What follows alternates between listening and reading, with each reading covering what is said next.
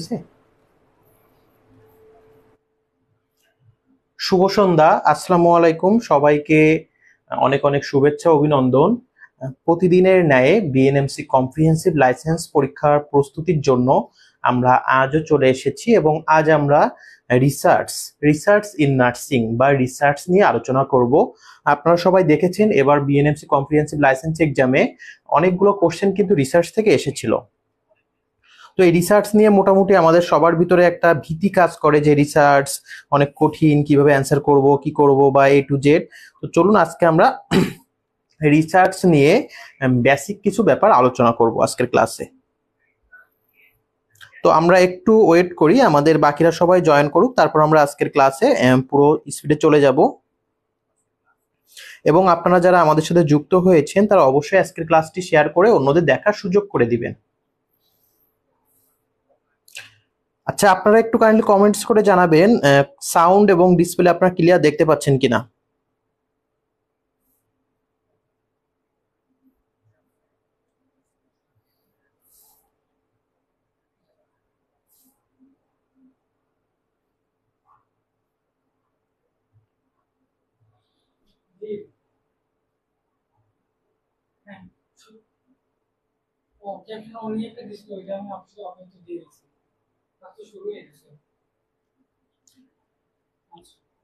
আচ্ছা, আপনারা আমাদের সাথে যারা যুক্ত হয়েছেন সবাই আজকের ক্লাসটি শেয়ার করে দিবেন। এবং আপনাদের জন্য আরেকটা নিউজ আছে, সেটি হচ্ছে রাত 9টায় সাব্বির মাহমুদ তিহান স্যার কিন্তু কোশ্চেন সলভের স্পেশাল ক্লাস নেবে। এবং আপনারা সবাই জানেন স্যারের ক্লাস কতটুকু ইন্টারেস্টিং হয়। তো আপনারা যারা স্যারের ক্লাস করতে চান তারা অবশ্যই আজকের ক্লাসটি শেয়ার করে দিবেন এবং আজকে যেন স্যারের ক্লাসে অবশ্যই আমাদের 500 অডিয়েন্স থাকে। কিন্তু আপনাদের জন্য কিন্তু আমরা অনেক কষ্ট করে এই লেকচার শিটগুলো ডেভেলপ করি, রেডি করি। এটা বানাইতে কিন্তু আমাদের যথেষ্ট কষ্ট হয়। চলুন আমরা ক্লাসের দিকে চলে যাই। আচ্ছা, এই যে রিসার্চ আমাদের সবার ভিতরে ফার্স্ট ইয়ার, ফোর্থ ইয়ার বা হচ্ছে থার্ড ইয়ারে যে একটা আতঙ্কের নাম ছিল রিসার্চ, যে রিসার্চ কেমনে পাস করব, কি কি কোথা থেকে কোশ্চেন দিবে। যদিও হচ্ছে বেশ কিছু স্পেসিফিক কোশ্চেন পড়লে আমাদের হচ্ছে পরীক্ষায় পাস করার জন্য চলে আসতো। তো আমরা আজকে এই রিসার্চ নিয়ে total A to Z details আলোচনা করব। তো এই রিসার্চ আপনারা দেখতে পাচ্ছেন যে আমরা একটা হচ্ছে ইসে রয়েছি যেটা সার্চ করছি। তো এই রিসার্চ আমরা এটা হচ্ছে দুইটা শব্দের সমন্বয়ে গঠিত। এই রিসার্চকে আমরা যদি ভাঙি সেটা হয় হচ্ছে রি এবং সার্চ, এই দুইটা শব্দের সমন্বয়ে রিসার্চ শব্দটি গঠিত। অর্থাৎ রিসার্চ বলতে বোঝায় রি এবং সার্চ। রি বলতে বোঝায় হচ্ছে পুনরায়, আর সার্চ বলতে বোঝায় খোঁজা। বাট আমরা যদি হচ্ছে বেসিক্যালি ফর্মালি রিসার্চের ডেফিনেশনে যাই, সেক্ষেত্রে রিসার্চ বলতে বোঝায় কোনো কিছু সিস্টেমেটিক ইনভেস্টিগেশন। অর্থাৎ আমরা যদি কোনো অজানা প্রশ্নের উত্তরটা একটা সিস্টেমিক উপায়ে জানার চেষ্টা করি সেটাকে আমরা রিসার্চ বলে থাকি। বা আমরা কোনো কিছু জানি, সেই জ্ঞানটাকে আবার আমরা এক্সিস্ট করি বা ওই জ্ঞানটাকে আমরা আবার পুনঃনিরীক্ষণ করি, এটাকেও রিসার্চ বলা হয়ে থাকে। এই যে রিসার্চ নিয়ে আজকে আমরা ডিটেইলস আলোচনা করব। তো তার আগে আমি বলছি সবাই আপনারা আজকের ক্লাসটি শেয়ার করে দিবেন যাতে আপনারা অন্যদেরও ক্লাসটি দেখতে পাই। তো দেখুন এই যে রি এবং সার্চ, আমরা যেটা বলেছি রি বলতে বোঝায় হচ্ছে again, over again or a new, এবং সার্চ বলতে বোঝায় খোঁজা বা two examine closely and carefully. অর্থাৎ রি বলতে বোঝায় এগেইন এবং হচ্ছে সার্চ বলতে বোঝায় two examine closely and carefully. অর্থাৎ রিসার্চ বলতে বোঝায় কোনো কিছু হচ্ছে খুব ক্লোজলি কেয়ারফুলি খোঁজা। এই ক্লোজলি কেয়ারফুলি খোঁজা বলতে কোনো কিছু একটা সিস্টেমেটিক ওয়েতে। এই যে রিসার্চ, আমি কোনো কিছু খুঁজতেছি, আমার রুমের ভিতরে জিনিসপত্র সবকিছু আমি অগোছালো রয়েছে, আমি সেটা গেলাম খুঁজলাম, এটা না। রিসার্চ হচ্ছে একটা সিস্টেমেটিক ওয়ে। অর্থাৎ আপনি কোনো কিছু খুঁজবেন কিন্তু সেটা হচ্ছে খুব গোছানো ওয়েতে, খুব সিস্টেমেটিক ওয়েতে বিভিন্ন প্রসেস ফলো করে খুঁজতে হবে। এই যে আজকের ক্লাসে আমরা এগুলোই খুঁজবো, যে রিসার্চ আমরা কিভাবে খুঁজি। আজকের আমরা ক্লাসে আমি বলতে চাই আমরা রিসার্চকে খুঁজবো। আচ্ছা, বিথি আক্তার আয়েশা কমেন্টস করেছে, আমরা যদি ভর্তি হই তাইলে কি আপনি আর সাব্বির ভাই দুজনে ক্লাস করবেন? আচ্ছা, এখানে আমি, সাব্বির ভাই এবং আমাদের আরো টিচার রয়েছে, সবাই ক্লাস নিবে। এবং আমাদের হচ্ছে আমার ফ্রেন্ড আর একজন রয়েছে রক্তিম, ও ক্লাস নিবে। এবং আমাদের ডক্টররা রয়েছে, ওনারাও ক্লাস নিবে। এবং আমি হচ্ছে গ্রামীণ ক্যালেডোনিয়ান কলেজ অফ নার্সিং থেকে বিএসসি কমপ্লিট করেছি এবং বর্তমান নুরেসামার নার্সিং কলেজে টিচার এবং কোঅর্ডিনেটর হিসাবে কর্মরত রয়েছি। পাশাপাশি হচ্ছে আদার্স কিছু জায়গাতে ট্রাই করছি এবং কিছু রিসার্চ বেস কাজের সাথে যুক্ত রয়েছি। এবং আমাদের সাব্বির মাহমুদ তিহান স্যার, ওনার তো মোটামুটি প্রোফাইল আপনারা সবাই জানেন যে উনি বাংলাদেশের নার্সিং সেক্টরে একজন বড় লিডার এবং হচ্ছে খুব পপুলার একজন মুখ। ওনার নাম আপনারা নেটে সার্চ দিলে হিউজ পরিমাণ ওনার আর্টিকেল, বিভিন্ন হচ্ছে ইন্টারভিউ নেটে পেয়ে যাবেন। রাখি ক্লাস কি এখন স্টার্ট হয়েছে ভাই? হ্যাঁ, এখন ক্লাস স্টার্ট হয়েছে এবং 9টায় সাব্বির মাহমুদ তিহান স্যার ক্লাস দিবে। এবং আমরা বলতে চাই সাব্বির স্যারের ক্লাসের আগে যেন অবশ্যই আজকের ক্লাসটি 100 আপ শেয়ার হয় এবং আপনারা আমাদের সাথে যারা যুক্ত হয়েছেন তারা সবাই কমেন্টস করবেন এবং সাব্বির স্যারের ক্লাসের জন্য ওয়েট করবেন। চলুন আমরা ক্লাসে চলে যাই। আচ্ছা, এই যে রিসার্চ, এটাকে আমরা কিভাবে হচ্ছে ডিফাইন করতে পারি সেটা দেখেন, যে research can also be defined as search for knowledge. অর্থাৎ রিসার্চ বলতে বোঝায় কোনো জ্ঞানের খোঁজ করা। এবং আমরা যেটা বলেছি যে research is systematic and scientific search for getting relevant answer on any taken up specific topic. অর্থাৎ রিসার্চ হচ্ছে একটা সিস্টেমেটিক এবং সায়েন্টিফিক সার্চ, যেখানে আমরা কোনো কিছু রিলেভেন্ট অ্যান্সার পাই এবং হচ্ছে কোনো একটা স্পেসিফিক টপিক, সেটাকে আমরা রিসার্চ বলি। এবং হচ্ছে আবারও দেখেন, রিসার্চ বলতে বোঝায় scientific inquiry into a subject. অর্থাৎ কোনো একটা সাবজেক্টের উপর সায়েন্টিফিক ইনকোয়ারি।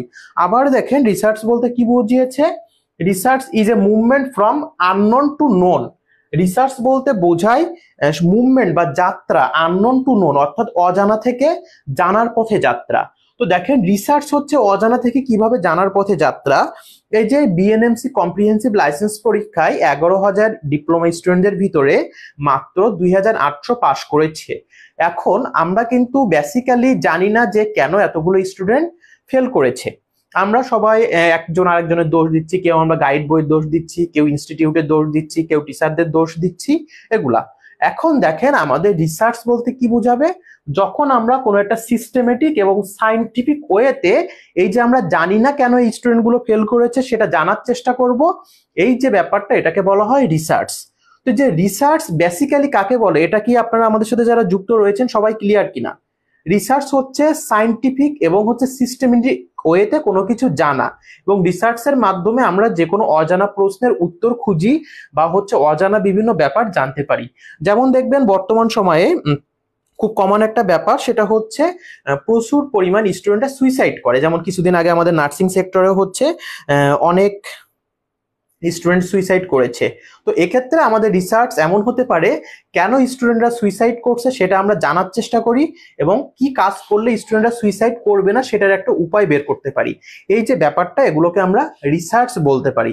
অর্থাৎ আপনি যখন কোনো কিছু প্রশ্নের উত্তর কন্টিনিউয়াসলি সায়েন্টিফিক ওয়েতে এবং সিস্টেমেটিক ওয়েতে খুঁজবেন, সেটাকে বলা হয় রিসার্চ। আচ্ছা, আপনারা সবাই আজকে ক্লাসটি শেয়ার করবেন অবশ্যই। আপনারা কিন্তু অনেকে এখনো ক্লাসটি শেয়ার করেননি। দেখেন, আমরা আবারও রিসার্চের ডেফিনেশনটা দেখে নেই, যে research is an organised and systematic way. Research হচ্ছে একটা অর্গানাইজড বা গোছানো এবং সিস্টেমেটিক, একটা সিস্টেম ওয়াইজ ওয়ে, যেখানে ফাইন্ডিং অ্যান্সার, খোঁজা হয় উত্তর টু কোশ্চেন, যে কোনো একটা কোশ্চেনের। তো যেমন দেখেন, রিসার্চের ভিতরে কোশ্চেন কি, যে এই যে বিএনএমসি কম্প্রিহেন্সিভ লাইসেন্স পরীক্ষায় অনেক স্টুডেন্ট ফেল করেছে, কেন ফেল করলো, এটা হচ্ছে কোশ্চেন। এবং আমরা এই যে অর্গানাইজড এবং সিস্টেমেটিক ওয়েতে ওই কোশ্চেনের যে উত্তরটা বের করলাম, এটাকে হচ্ছে বলা হয় রিসার্চ।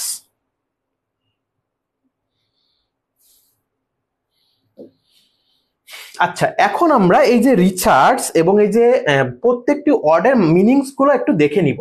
তো দেখেন, রিসার্চ প্রথমে আর পর হচ্ছে রেশিওনাল ওয়ে অফ থিঙ্কিং, এবং ই বলতে বোঝায় এক্সপেক্টেড অ্যান্ড এক্সাস্টিভ ট্রিটমেন্ট, এবং এস বলতে হচ্ছে সার্চ ফর সলিউশন, অর্থাৎ যে কোনো একটা সমস্যার সলিউশন সার্চ করা বা খোঁজা, ইতে বোঝায় এক্সাক্টনেস, অর্থাৎ এক্সাক্ট কোন ব্যাপারটার জন্য এই সমস্যাটা হচ্ছে সেটা। দেন হচ্ছে এ বলতে বোঝায় analytical analysis of adequate data, অর্থাৎ আপনি যে রিসার্চ করবেন আপনার ওই রিসার্চের সময় পর্যাপ্ত অ্যানালিটিক্যাল অ্যানালাইসিস করতে হবে ডাটাগুলার।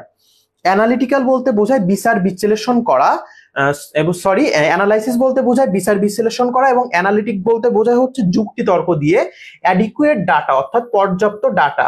যেমন দেখেন আমি এখন সাপোজ রিসার্চ করব যে কেন বর্তমানে হচ্ছে বাংলাদেশে অনেক নার্সিং স্টুডেন্ট সুইসাইড করছে। এখন যদি আমি একজনের উপর এই রিসার্চটা করি সেটা কিন্তু অ্যাপ্রোপ্রিয়েট হবে না, কারণ দেখেন একজন কোনো একটা তার পার্সোনাল কারণে করতে পারে, অন্যজন তার প্রতিষ্ঠানের জন্য করতে পারে, এরকম বিভিন্ন কারণে কিন্তু বিভিন্ন মানুষ সুইসাইড করে। এটার জন্য কিন্তু আমাদের রিসার্চ করতে গেলে অবশ্যই অ্যাডিকুয়েট বা পর্যাপ্ত ডাটা থাকতে হবে। আর বলতে বোঝায় relationship of fact. Relationship of fact বলতে বোঝায় এই যে সাপোজ আমাদের স্টুডেন্টরা নার্সিং স্টুডেন্টরা ফেল করেছে, এই তাদের ফেল করার জন্য আশপাশ কি কি কারণ দায়ী। যেমন দেখেন কোনো স্টুডেন্টের তার ফ্যামিলি প্রেশার দায়ী, কোনো স্টুডেন্টের তার ফিনান্সিয়াল কন্ডিশন দায়ী। এই যে বিভিন্ন ফ্যাক্ট গুলো রয়েছে এটাকে আমরা রিলেশন বের করি এই ফ্যাক্টের ভিতরে, অবশ্যই রিসার্চে। পাশাপাশি সি বলতে বোঝায় careful recording and critical observation, অর্থাৎ আমাদের প্রত্যেকটা জিনিস আমরা যখন রিসার্চ করব প্রত্যেকটা ব্যাপার আমাদের কেয়ারফুলি রেকর্ড করতে হবে এবং সেটা হচ্ছে খুব ক্রিটিক্যালি অবজার্ভ করতে হবে।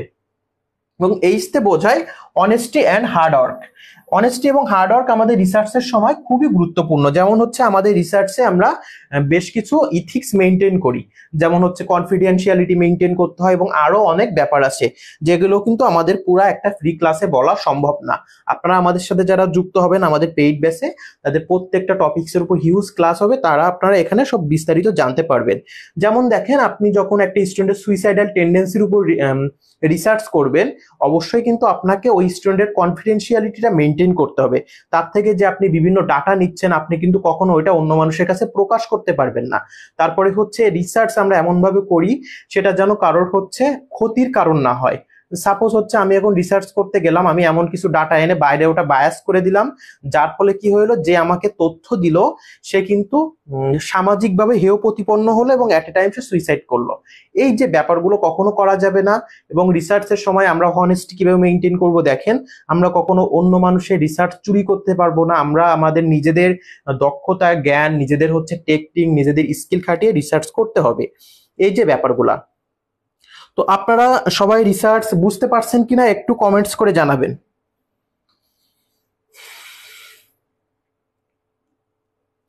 এখন আমরা একটা বেস্ট অ্যান্সার কোশ্চেন দেখে নিব, সেটি হচ্ছে what is the definition of research. আমাদের এখানে অপশন আছে gathering information for personal knowledge, systematic inquiry aim at discovering interpretation and applying knowledge, conducting experimental without a specific goal, receiving existing literature without any analysis. এই যে রিসার্চের ভিতর literature এগুলো আমরা একটু পরে জানবো। তো সঠিক উত্তর কমেন্টস করে জানাবেন এবং আপনারা সবাই ক্লিয়ার বুঝতে পেরেছেন কিনা সেটা কাইন্ডলি একটু কমেন্টস করবেন। এবং আমি দেখতে পাচ্ছি এখনো আপনারা অনেকেই আজকের ক্লাসটি শেয়ার করেননি। যারা হচ্ছে আজকের ক্লাসে আমাদের সাথে যুক্ত হয়েছেন তারা অবশ্যই আজকের ক্লাসটি শেয়ার করে দিন। মাত্র 29 জন আপনারা ক্লাসটি শেয়ার করেছেন। দেখেন আপনাদের জন্য আমরা এই ক্লাসগুলো অনেক কষ্ট করে লেকচার শিটগুলো রেডি করি। হালিমা আফরোজ বি। আচ্ছা, আজকে কিন্তু আমরা দেখব কিভাবে বেসিক ভিত্তিক আমরা প্রিপারেশন নিব এবং এই ক্লাসের ভিতরে আমরা পড়াগুলো রেডি করব। আজকের ক্লাসের শেষে আপনাদের জন্য একটা ধামাকা থাকছে। এই যে রিসার্চের উপর আমি বেশ কিছু ইম্পর্টেন্ট বেস্ট অ্যান্সার কোশ্চেন আপনাদেরকে দিয়ে দিব, কিন্তু সেটার জন্য একটা ক্রাইটেরিয়া থাকবে এবং এটার জন্য অবশ্যই আপনাকে পুরো ক্লাসটা করতে হবে। এবং আপনারা যারা এখনো ক্লাসটি শেয়ার করেননি তারা অবশ্যই শেয়ার করে দিন।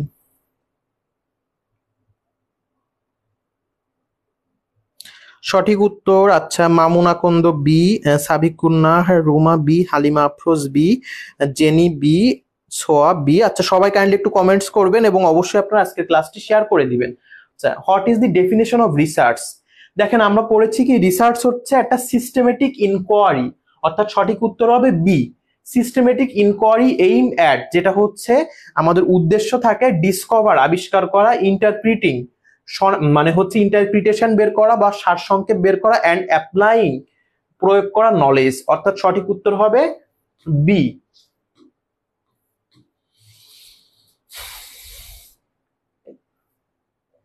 এখন আমরা চলে যাব, সেটা হচ্ছে অবজেক্টিভ অফ রিসার্চ। আমাদের যে রিসার্চের কি কি অবজেক্টিভ রয়েছে। তো দেখেন আমরা এই রিসার্চের অবজেক্টিভ গুলা এখানে একটা চার্ট আকারে দেখিয়েছি। আমাদের প্রথম যে অবজেক্টিভ সেটা হচ্ছে অ্যাসেসমেন্ট, অর্থাৎ অবশ্যই আমরা রিসার্চের ক্ষেত্রে বিভিন্ন ব্যাপার অ্যাসেস করব। দেন হচ্ছে এক্সপ্লোরেশন, অর্থাৎ আমরা বিভিন্ন ব্যাপার হচ্ছে এক্সপ্লোর করে নিয়ে আসবো বা বাইরে বের করব। দেন ইভালুয়েশন, দেন এক্সামিনেশন, দেন হচ্ছে কম্পারশন। কম্পারশন বলতে আমরা যে কোনো দুইটা ব্যাপারের ভিতরে দুইটা ইস্যুগুলো কম্পেয়ার করি ইন রিসার্চ। দেন হচ্ছে এস্টিমেশন এবং অ্যাট লাস্ট হচ্ছে প্রোপাগেশন। এগুলো হচ্ছে আমাদের রিসার্চের অবজেক্টিভ। এবং আমাদের নার্সিং এর রিসার্চের কি কি অবজেক্টিভ রয়েছে বা পারপাস রয়েছে সেটা আমরা খুব ইজিলি দেখে নিব। এই যে এটা হচ্ছে আমাদের অবজেক্টিভ অফ রিসার্চ, সেটা হচ্ছে কি assessment, exploration, evaluation, examination, comparison, estimation এবং হচ্ছে প্রোপাগেশন। তো দেখেন এই যে হচ্ছে অ্যাসেসমেন্ট বলতে বোঝায় আমরা যখন রিসার্চ করব যে কোনো সিচুয়েশন বা যে কোনো রেজাল্ট এটা আমরা খুব সুন্দরভাবে অবজার্ভ করব, এটাকে বলা হয় হচ্ছে অ্যাসেসমেন্ট। এবং এক্সপ্লোরেশন বলতে বোঝায় আমরা হচ্ছে যখন রিসার্চ করব বাস্তবসম্মত বিভিন্ন সমস্যা আমরা সবার সামনে উন্মোচন করে দিব বা এক্সপ্লোর করব, সেটাকে বলা হয় এক্সপ্লোরেশন। দেন হচ্ছে ইভালুয়েশন, অর্থাৎ আমরা বিভিন্ন জায়গা থেকে ওই ব্যাপারগুলো হচ্ছে ইভালুয়েট করব বা মেজার করব। দেন হচ্ছে এক্সামিনেশন, আমরা বিভিন্ন ব্যাপার হচ্ছে টেস্ট করে দেখব যে আসলে ওটা কতটুকু এক্সিস্ট করে বা কতটুকু রাইট কতটুকু রং। দেন হচ্ছে কম্পারশন, সেটা আমরা আগেও বলেছি, কম্পারশন বলতে বোঝায় যে কোনো দুইটা ব্যাপারের ভিতরে হচ্ছে আমরা যে কম্পেয়ার করব। দেন এস্টিমেশন, এস্টিমেশন বলতে বোঝায় যে হচ্ছে আমরা ধারণা করব বা হচ্ছে এস্টিমেশনটা অনেকটা হাইপোথিসিসের মতো, অর্থাৎ এই যে রিসার্চ থেকে আমরা বিভিন্ন ব্যাপার অনুমান করি যে এটা হতে পারে, এটা এই ফলাফল আসতে পারে, এটাকে বলা হয় এস্টিমেশন। এবং প্রোপাগেশন বলতে বোঝায় হচ্ছে আমরা বিভিন্ন ব্যাপার ডিক্লেয়ার করব বা ঘোষণা করব যে এটা এই হয়েছে ওই হয়েছে, এই যে ব্যাপারটা এটাকে বলা হচ্ছে প্রোপাগেশন।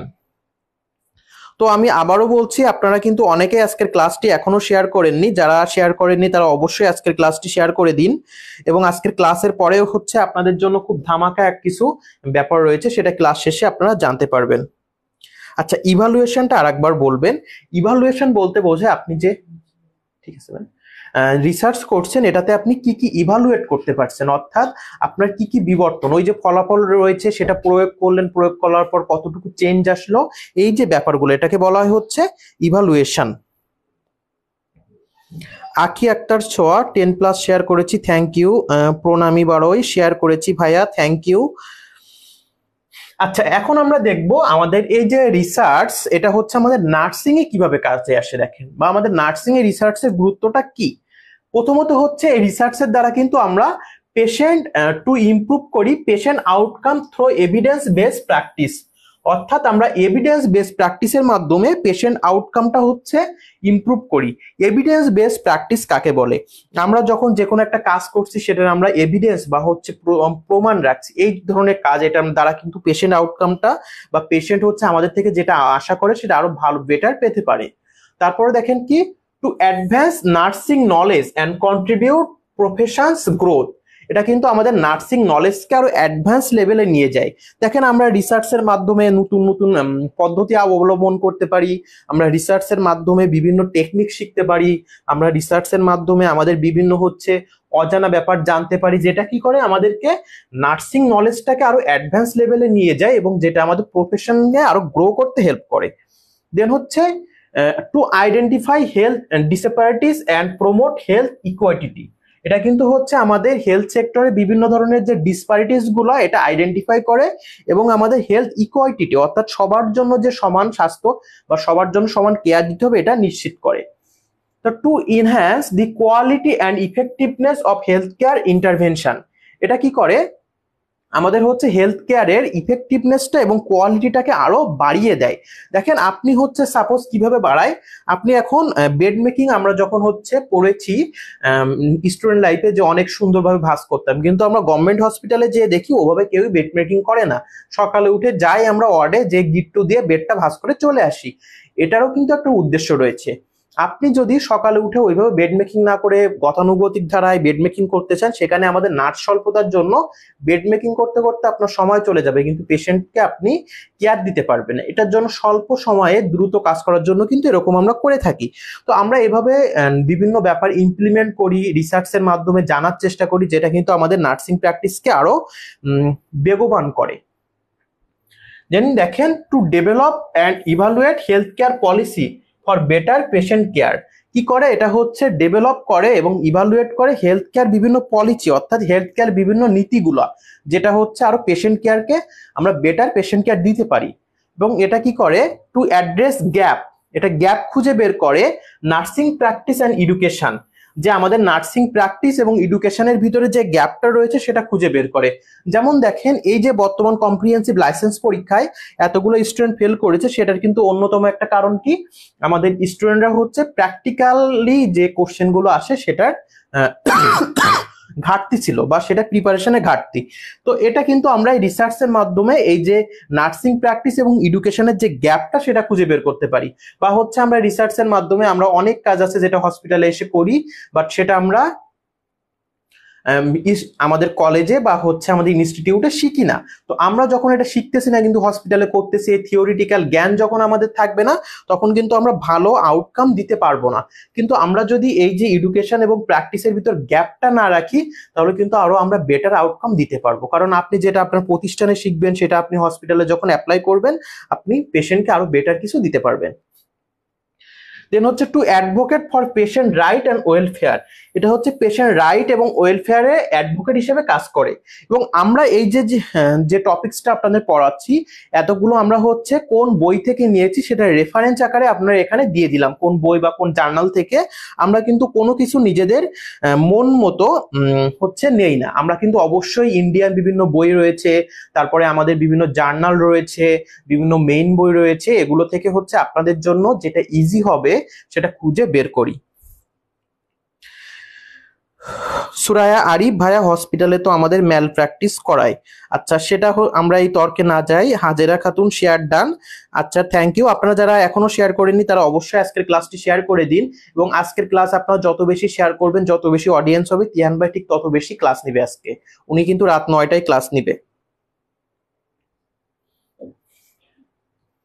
এখন আমরা আবারও একটি বেস্ট অ্যান্সার কোশ্চেন দেখে আসি। সেটা হচ্ছে, what is the primary objective of research in nursing? আমাদের রিসার্চের হচ্ছে প্রাইমারি অবজেক্টিভ কোনটা নার্সিং এর ক্ষেত্রে? আমাদের এখানে অপশন রয়েছে, to increase workload of for nurse, to improve patient care and outcome, to reduce the need for evidence based practice, to complicate decision making process. Comments করে আপনারা হচ্ছে সঠিক উত্তরটি আমাদের জানাবেন। এবং আপনারা আজকের ক্লাস বুঝতে পারছেন কিনা একটু কাইন্ডলি রেসপন্স করে আমাদের জানিয়ে দিবেন। Sonali share done, Yasmin Khatun share ডান।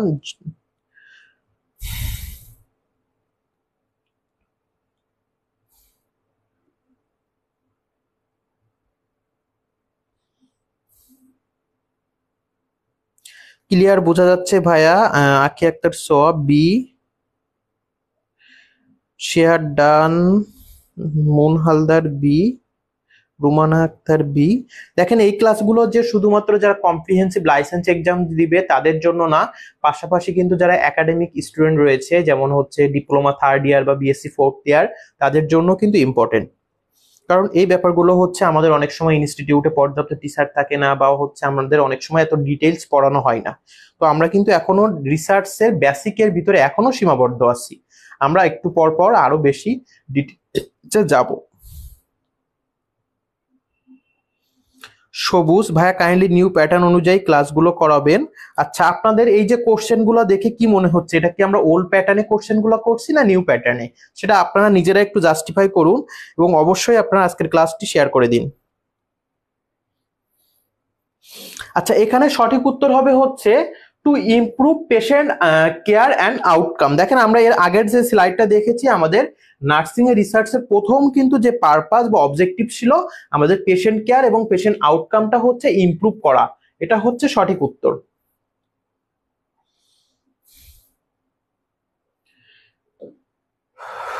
এখন আমরা দেখব qualities of a good researcher, একজন গুড রিসার্চারের কি কি কোয়ালিটি থাকবে। আচ্ছা, মামুন আকন্দ ভাইয়া আমাদের শীট দিলে সবচেয়ে ভালো হইতো। আচ্ছা, আমাদের পেইড বেসে যারা স্টুডেন্ট রয়েছে তাদেরকে প্রত্যেকটি ক্লাসেরই লেকচার শিট দিয়ে দেওয়া হবে, এবং আমাদের পেইড বেসে যারা অ্যাড হয়েছে আজকের ক্লাসের লেকচার শিট প্লাস হচ্ছে আমাদের এই যে টপিকস এর উপর অনেকগুলো বেস্ট অ্যান্সার এবং মাল্টিপল অ্যান্সার রেডি করা হয়েছে সেটাও দিয়ে দেওয়া হবে। শুধুমাত্র আমরা কিন্তু ক্লাসে অল্প কয়েকটা গুটি কয়েক প্র্যাকটিস করায় সময় স্বল্পতার জন্য কিন্তু আমাদের ক্লাস পেইড বেসে এগুলো সবই দিয়ে দেওয়া হয়। Quality of a good researcher, একজন গুড রিসার্চারের কি কি কোয়ালিটি রয়েছে দেখেন। প্রথমে রিসার্চার দিয়েই আমরা এই কোয়ালিটি গুলো দেখবো। যেমন আর ফর রিসার্চ ওরিয়েন্টেড, অর্থাৎ রিসার্চারকে রিসার্চ ওরিয়েন্টেড হতে হবে, অর্থাৎ তাকে সর্বদা রিসার্চের ভিতরে সীমাবদ্ধ থাকতে হবে। ইতে ইফিশিয়েন্ট, অর্থাৎ তাকে এফিশিয়েন্ট হতে হবে। এসতে সাইন্টিফিক, ইতে হচ্ছে ইফেক্টিভ, অর্থাৎ তার ইফেক্টিভ হতে হবে, অর্থাৎ কার্যকরী হতে হবে। এতে অ্যাক্টিভ, অর্থাৎ তার অ্যাক্টিভ হতে হবে। সে যে সারাদিন ঘুমায় থেকে ভাববে রিসার্চ করব, এমনটা কখনো পসিবল না, কারণ রিসার্চ জিনিসটা এতটা ইজি না, এটা অনেক জটিল একটা জিনিস। কিভাবে একটা রিসার্চ কন্ডাক্ট করতে হয়, কি কি করা লাগে, কি কি ইথিক্যাল কনসিডারেশন রয়েছে, কি কি টার্মিনোলজি রয়েছে, সেটা আমরা একটু পরে যাব আস্তে আস্তে স্লাইডে। দেন আর্থে রিসোর্সফুল, অর্থাৎ সে যে রিসার্চ করবে তার বিভিন্ন রিসোর্স দরকার হবে, সেটা হচ্ছে লাগবে। এবং সিতে ক্রিয়েটিভ, অর্থাৎ তাকে ক্রিয়েটিভ হতে হবে বা তাকে বিভিন্ন ব্যাপার হচ্ছে ক্রিয়েটিভ ওয়েতে থিঙ্ক করতে হবে। এইতে অনেস্ট, ইতে ইকোনমিক্যাল, ইকোনমিক্যাল বলতে তাকে অবশ্যই কস্ট সেভিং করতে হবে। সে যে রিসার্চ করছে বলতে ইচ্ছা মতো টাকা খরচ করবে, সেটা কখনো পসিবল না। দেন আর্থে রিসার্চ মাইন্ডনেস, অর্থাৎ ওই যে হচ্ছে রিসার্চার তার হচ্ছে রিসার্চ মাইন্ডেড থাকতে হবে। সে রিসার্চ করতে করতে গান করবে, সে রিসার্চ করতে করতে ঘুমাবে, এটা কখনো হবে না। রাবেয়া তাসনিয়া ইফিশিয়েন্ট, ইফিশিয়েন্ট বলতে কার্যকারী, অর্থাৎ যে রিসার্চ করবে তার ওই রিসার্চটা কতটুকু কার্যকারী হচ্ছে সেটা তাকে খেয়াল রাখতে হবে। মিশকাতুন জান্নাত ভাইয়া আমি ভর্তি হব আপনাদের গ্রুপে, ঠিক আছে। আমাদের ভর্তি হতে চাইলে আমাদের হচ্ছে গার্ডিয়ান অথরিটির সাথে যোগাযোগ করবেন, এবং আপনাদের আমি আবারও বলছি মাত্র আপনারা 3000 টাকার ভিতরে 1000 টাকা দিয়ে এখন ভর্তি হতে পারবেন, বাকিটা আপনারা পরে দিতে পারবেন। এখন আমরা একটা মাল্টিপল অ্যান্সার কোশ্চেন দেখে নিব, এবং আপনারা আমাদের সাথে যারা যুক্ত রয়েছেন তারা এই কোশ্চেনের সঠিক উত্তরগুলো শুধুমাত্র অপশনগুলো লিখে কমেন্টস করবেন। Qualities of a good researcher আর, আমরা এই যে গুড রিসার্চারের কোয়ালিটি দেখলাম সেগুলো কি কি। আমাদের অপশন রয়েছে রিসার্চ ওরিয়েন্টেড, দেন মেইনটেইন পার্সোনাল রিলেশন, সিতে সাইন্টিফিক বেসড, ডিতে লেস অ্যাক্টিভ এবং ইতে ক্রিয়েটিভ। কমেন্টস করে আপনারা সঠিক উত্তরটি জানিয়ে দিবেন।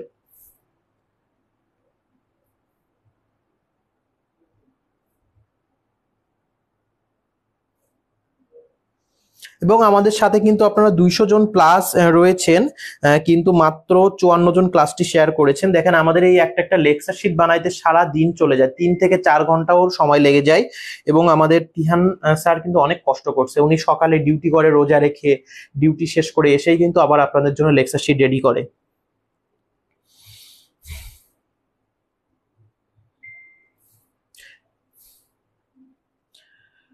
এসিই ইয়াসমিন খাতুন, সঞ্জনা খান এসিই, ইরা ইসলাম এসিই, সুমি আক্তার এসিই, নাসরিন এসিই। আচ্ছা আমরা দেখি quality of a good researcher, research oriented, এটা সঠিক উত্তর, অর্থাৎ একজন রিসার্চারকে রিসার্চ ওরিয়েন্টেড হতে হবে। B maintain personal relationship, false, এটা ট্রু। তারপরে হচ্ছে সায়েন্টিফিক বেসড, সঠিক উত্তর, আমরা আগেই দেখেছি। ডিতে লেস অ্যাক্টিভ, ফলস, এবং হচ্ছে ইটা ক্রিয়েটিভ বা ট্রু, অর্থাৎ সঠিক উত্তর হবে এ, সি এবং হচ্ছে ই। আমি আবারও বলছি, আপনারা যারা আজকে ক্লাসটি শেয়ার করেননি তারা কাইন্ডলি একটু হচ্ছে আজকের ক্লাসটি শেয়ার করে দিবেন। এখন আমরা আসবো রিসার্চ রিলেটেড কিছু টার্মিনোলজি। আমরা যেটা হচ্ছে রিসার্চ যখনই পড়তে গেলে এই টার্মিনোলজি গুলো আমাদের প্রত্যেক পদে পদে দরকার হবে। এখন আমরা এই টার্মিনোলজি গুলো না পড়ে যদি হচ্ছে না বুঝে রিসার্চ পড়ি তাহলে আমাদের কোনো লাভ হবে না। তো সেই টার্মিনোলজি গুলো এখন আমরা পড়বো, এবং আমি তার আগে বলছি আপনারা যারা এখনো আজকের ক্লাস শেয়ার করেননি তারা অবশ্যই আজকের ক্লাসটি শেয়ার করে অন্যদের দেখার সুযোগ করে দিবেন। তো আপনাদের আজকের ক্লাস কেমন লাগছে একটু কাইন্ডলি কমেন্টস করে জানাবেন, আপনারা সবাই বুঝতে পারছেন কিনা। দেখেন আমরা যখন একটা রিসার্চ করি, রিসার্চের প্রথমে যেটা থাকে সেটা হচ্ছে রিসার্চ টাইটেল। অর্থাৎ আমাদের হচ্ছে অ্যাট ফার্স্ট রিসার্চের টাইটেল থাকে। এখন দেখেন এই রিসার্চের টাইটেলটা কি? রিসার্চের টাইটেল হচ্ছে একটা কনসিয়াস ডেসক্রিপশন, যেখানটা দেখে আপনি বুঝতে পারবেন এই রিসার্চটা কিসের উপর হচ্ছে। সাপোজ হচ্ছে আমাদের রিসার্চের সাপোজ এমন হতে পারে যে assessment of the level of nurses knowledge, এরকম দিয়ে একটা টাইটেল আমরা শুরু করি। অর্থাৎ আপনি যে রিসার্চ করবেন ওই রিসার্চারের যে টাইটেল বা যেটা দেখে আপনি বুঝতে পারবেন আপনি কোন টপিকসের উপর রিসার্চ করছেন সেটাকে বলা হয় হচ্ছে রিসার্চ টাইটেল। ক্লাস ভালো লাগছে ভাইয়া, ভালো, ক্লাসগুলো সত্যি ভালো, ভালো লাগে, থ্যাংক ইউ ভাইয়া, অনেক ভালো লাগে আপনার ক্লাসগুলো, থ্যাংক ইউ, ভালো লাগছে, থ্যাংক ইউ। আচ্ছা, আমাদের ক্লাস ভালো লাগলে অবশ্যই আপনারা শেয়ার করে দিবেন। তো দেখেন রিসার্চ টাইটেল হচ্ছে a conscious and descriptive name of the capture that essentials of the research study. অর্থাৎ আমরা বাংলা কথায় বলতে পারি যেটা দেখে আপনার রিসার্চ স্টাডিটা কোন টপিকসের উপর হচ্ছে বা কোন বিষয়ের উপর হচ্ছে এটা আপনি বুঝতে পারবেন বা ধারণা করতে পারবেন, এটাকে বলা হয় রিসার্চ টাইটেল। এবং এই রিসার্চ টাইটেলটা হবে হচ্ছে কনসিয়াস এবং ডেসক্রিপটিভ নেম। অর্থাৎ শুধুমাত্র যে একটা নাম থাকবে তা না, সেটা অবশ্যই একটা ডেসক্রিপশন ওয়েটতে থাকবে এবং হচ্ছে যেটা দেখে আপনি ক্যাপচার করতে পারবেন ওই রিসার্চ স্টাডিটা কোন এরিয়ার উপর, কোন সাবজেক্টের উপর হচ্ছে।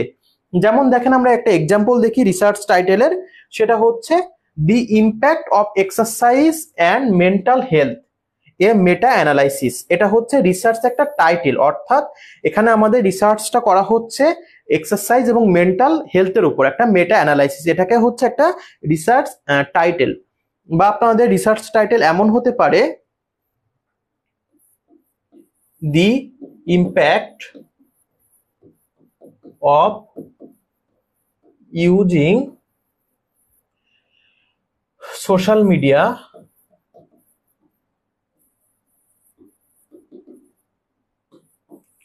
for nursing student।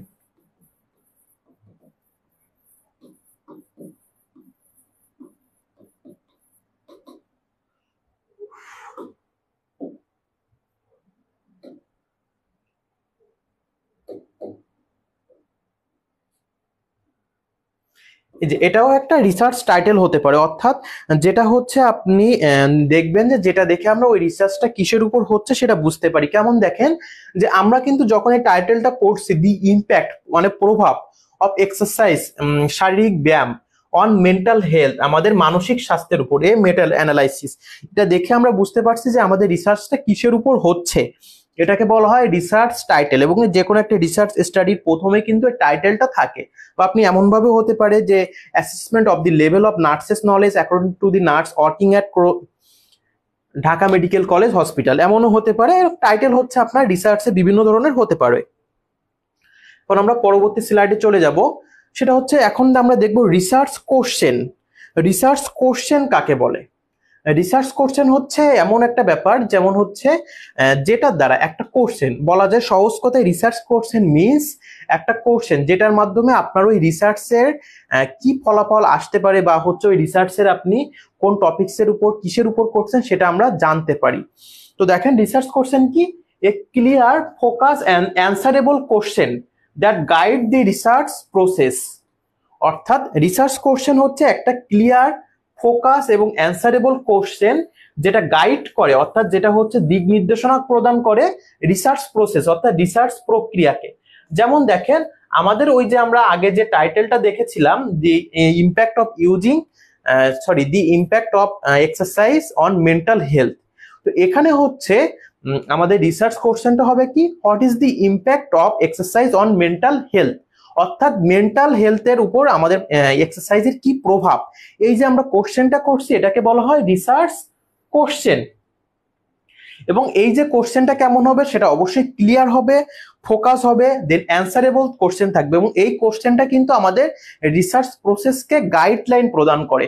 যেমন দেখেন আপনি যদি ওই রিসার্চের কোশ্চেনই না করতে পারেন বা কোশ্চেনটা বুঝতে না পারেন, আপনি কিন্তু রিসার্চ থেকে বাইরে চলে আসবেন।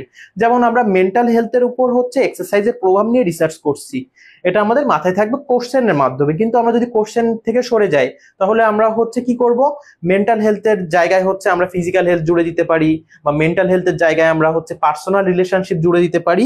এগুলোতে আমরা মেইন ফোকাস থেকে বাইরে চলে যেতে পারি।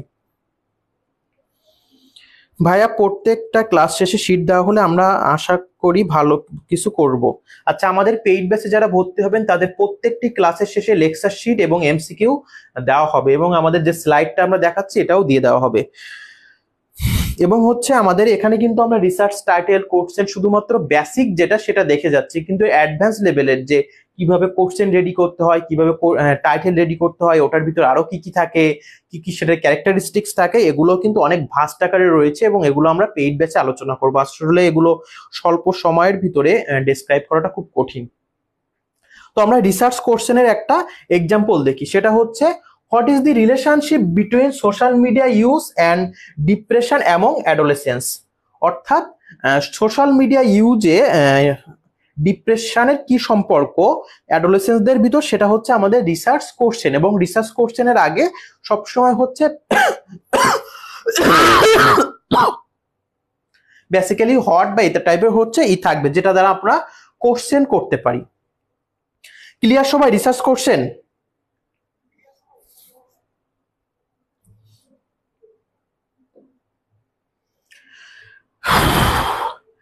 এখন আমরা চলে আসব লিটারেচার রিভিউ।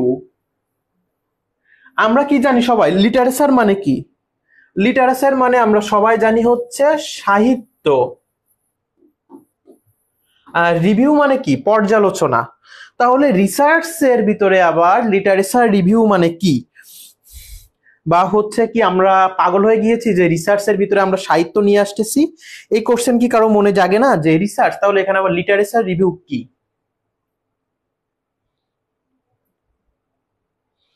এই কোশ্চেন কার কার আপনাদের মনে আসে? এবং হচ্ছে আজকের ক্লাসের লেকচার শিটটা দেওয়া হবে আপনাদের ফ্রি গ্রুপে, সবাইকেই দেওয়া হবে। এবং তার আগে আমি বলতে চাই, যারা আজকের ক্লাসটি এখনো শেয়ার করেননি, মাত্র 56টা শেয়ার হয়েছে, তারা অবশ্যই আজকের ক্লাসটি শেয়ার করে দিবেন।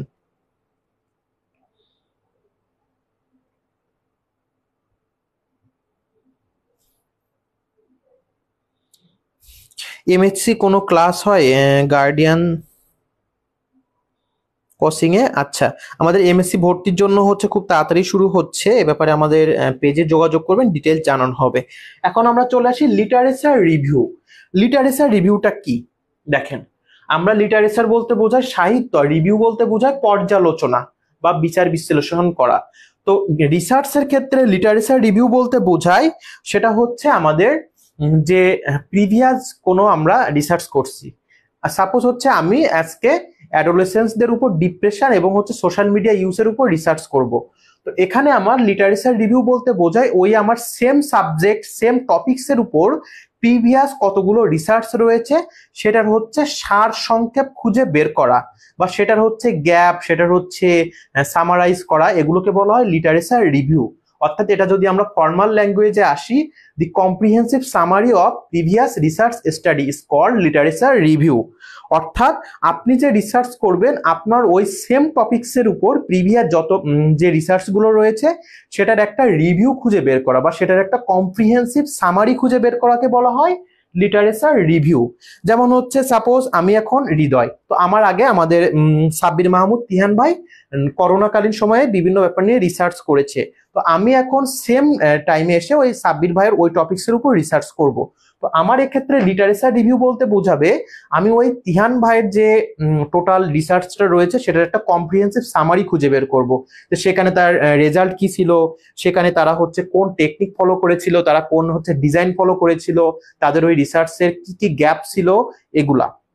এবং লিটারেচার রিভিউর মেইন পারপাস হচ্ছে প্রিভিয়াস রিসার্চে যে গ্যাপটা, এই গ্যাপ খুঁজে বের করা, to find the gap of previous research.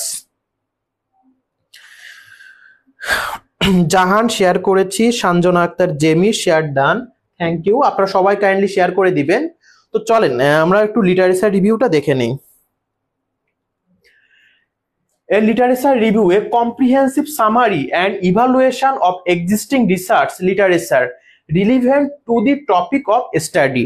অর্থাৎ হচ্ছে আপনার এ হচ্ছে লিটারেচার রিভিউটা কি একটা কম্প্রিহেন্সিভ সামারি, অ্যান্ড ইভালুয়েশন, একটা বিবর্তন অফ এক্সিস্টিং রিসার্চ, অর্থাৎ যে রিসার্চটা আগে হয়ে গিয়েছে, রিলিভেন্ট সম্পর্কযুক্ত to the topic of the study, অর্থাৎ আপনি যে টপিকস এর উপর স্টাডি করছেন ওই টপিকস এর সাথে সম্পর্কযুক্ত। অর্থাৎ লিটারেচার রিভিউ বলতে বোঝায় আপনি যে টপিকস এর উপর রিসার্চ করবেন ওই টপিকস এর উপর প্রিভিয়াস যে রিসার্চ গুলো রয়েছে সেটার একটা কম্প্রিহেন্সিভ সামারি এবং ইভালুয়েশন খুঁজে বের করা। ক্লিয়ার সবাই? লিটারেচার রিভিউ কারোর কি কোনো কোশ্চেন রয়েছে? এবং লিটারেচার রিভিউর হচ্ছে মেইন উদ্দেশ্য থাকে টু ফাইন্ড দি গ্যাপ, অর্থাৎ প্রিভিয়াস রিসার্চে কি কি গ্যাপ রয়েছে সেটা ফাইন্ড করা বা খুঁজে বের করা। আপনারা সবাই ক্লিয়ার বুঝতে পেরেছেন কিনা লিটারেচার রিভিউটা? একটু রেসপন্স করবেন।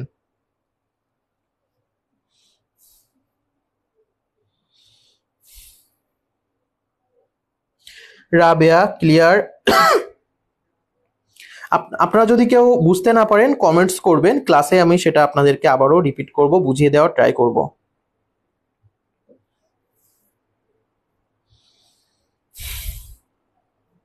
ইভা ইসলাম ভাই আর একবার বলেন। আচ্ছা, লিটারেচার রিভিউ বলতে বোঝায় আমরা যে রিসার্চ করি, সাপোজ হচ্ছে আমি এখন অ্যাডোলেসেন্সদের সোশ্যাল মিডিয়া ইউজের উপর রিসার্চ করব, তো আমার এক্ষেত্রে লিটারেচার রিভিউ হবে আমি সোশ্যাল মিডিয়া ইউজের উপর যে রিসার্চ করছি এই টপিকস এর উপর আগে কোন কোন রিসার্চাররা রিসার্চ করেছে সেটা থেকে একটা সামারি খুঁজে বের করা, এটাকে বলা হচ্ছে লিটারেচার রিভিউ। যেমন হচ্ছে আমার আগে আরো আপনারা 5 জন রিসার্চ করেছেন, তো আপনাদের সেম সাবজেক্ট বা সেম টপিকসে, ওই যে আপনারা সেম সাবজেক্ট বা সেম টপিকসে রিসার্চ করেছেন, আপনারা ওখানে কি কি ফলাফল এসেছে, কোন কোন টেকনিক ফলো করেছেন, কোন কোন হচ্ছে ডিজাইন ফলো করেছেন, কোন টাইপসের রিসার্চ ছিল, সেখানে কি কি গ্যাপ ছিল, এগুলোর একটা সামারি খুঁজে বের করাকে বলা হয় লিটারেচার রিভিউ। এখন কাইন্ডলি বুঝতে পেরেছেন কিনা একটু জানাবেন। এখন আমরা আসি হাইপোথিসিস। হাইপোথিসিস, হাইপোথিসিস বলতে কি বোঝায় দেখেন। হাইপোথিসিস একেবারে বাংলা কথায় যদি আসি, হাইপোথিসিস বলতে বোঝায় অনুমান করা বা to predicted the outcome of research study, অর্থাৎ আপনি যে রিসার্চ করছেন আপনার ওই রিসার্চে কি ফলাফল আসতে পারে বা দুইটা ফ্যাক্টের ভিতর কি সম্পর্ক সেটা আপনি কোনো মানে বিচার বিশ্লেষণ ছাড়া যখন অনুমান করবেন সেটাকে বলা হয় হাইপোথিসিস। অর্থাৎ সাপোজ হচ্ছে আমি অ্যাডোলেসেন্সদের উপর সোশ্যাল মিডিয়া ইউজের উপর রিসার্চ করছি, যে বাংলাদেশে অ্যাডোলেসেন্সরা সোশ্যাল মিডিয়া ইউজ করে এবং এটার জন্য তারা ডিপ্রেশনে চলে যাচ্ছে এবং এটাতে তাদের আরো কি কি ক্ষতি হচ্ছে এটার উপর। তো আমি এই রিসার্চটা করার আগে, আমার ফলাফল প্রকাশ হওয়ার আগেই আমি অনুমান করলাম যে আমার রিসার্চে এই ফলাফল আসতে পারে, বা হচ্ছে আমার রিসার্চ করার সময় আমি ফলাফল স্বরূপ আমি এগুলো পেতে পারি যে বাচ্চারা সোশ্যাল মিডিয়া ইউজ করার পর প্রচন্ড ডিপ্রেশনে চলে যাচ্ছে, সুইসাইডও করছে। এই যে হচ্ছে অনুমান করলাম আমি কাজ করার আগে, এটাকে বলা হয় হচ্ছে হাইপোথিসিস। অর্থাৎ আপনি যে রিসার্চ করার আগে যে আপনার কি ফলাফল আসতে পারে বা আপনার দুইটা ভেরিয়েবলের ভিতরে কি কি সম্পর্ক রয়েছে বা দুইটা ফ্যাক্টের উপর এটা অনুমান করবেন, সেটাকে বলা হয় হাইপোথিসিস, যেটাকে আমরা ইংরেজিতে বলি প্রেডিক্টেড আউটকাম।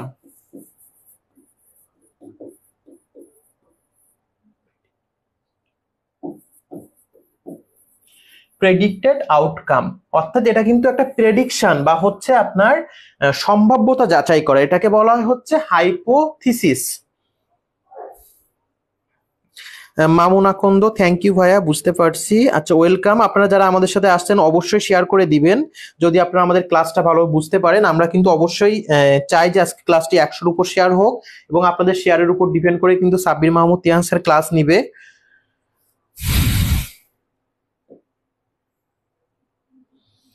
এখন দেখি আমরা হাইপোথিসিসটা কি। এ টেস্টেবল প্রেডিকশন। প্রেডিকশন মানে কি? অনুমান করা। আর স্টেটমেন্ট, স্টেটমেন্ট বলতে বোঝায় হচ্ছে কোনো বক্তব্য। About the expected outcome, expected মানে হচ্ছে সম্ভাব্য, আউটকাম মানে ফলাফল অফ দি রিসার্চ স্টাডি। অর্থাৎ হাইপোথিসিস বলতে বোঝায় এ টেস্টেবল প্রেডিকশন, অনুমান, আর স্টেটমেন্ট একটা হচ্ছে বক্তব্য। এক্সপেক্টেড মানে আশারূপ, আর আউটকাম মানে ফলাফল, অফ দি রিসার্চ স্টাডি, অর্থাৎ আপনি যে রিসার্চ করবেন সেটার কি কি ফলাফল আসতে পারে সেটা আপনি আগে থেকে প্রেডিকশন করলেন, এটাকে বলা হচ্ছে হাইপোথিসিস। এবং হাইপোথিসিসের এক্সাম্পল দেখেন, সেটা হচ্ছে increasing patient education on proper hand hygiene technique will decrease the rate of hospital acquired infection among the elderly patient.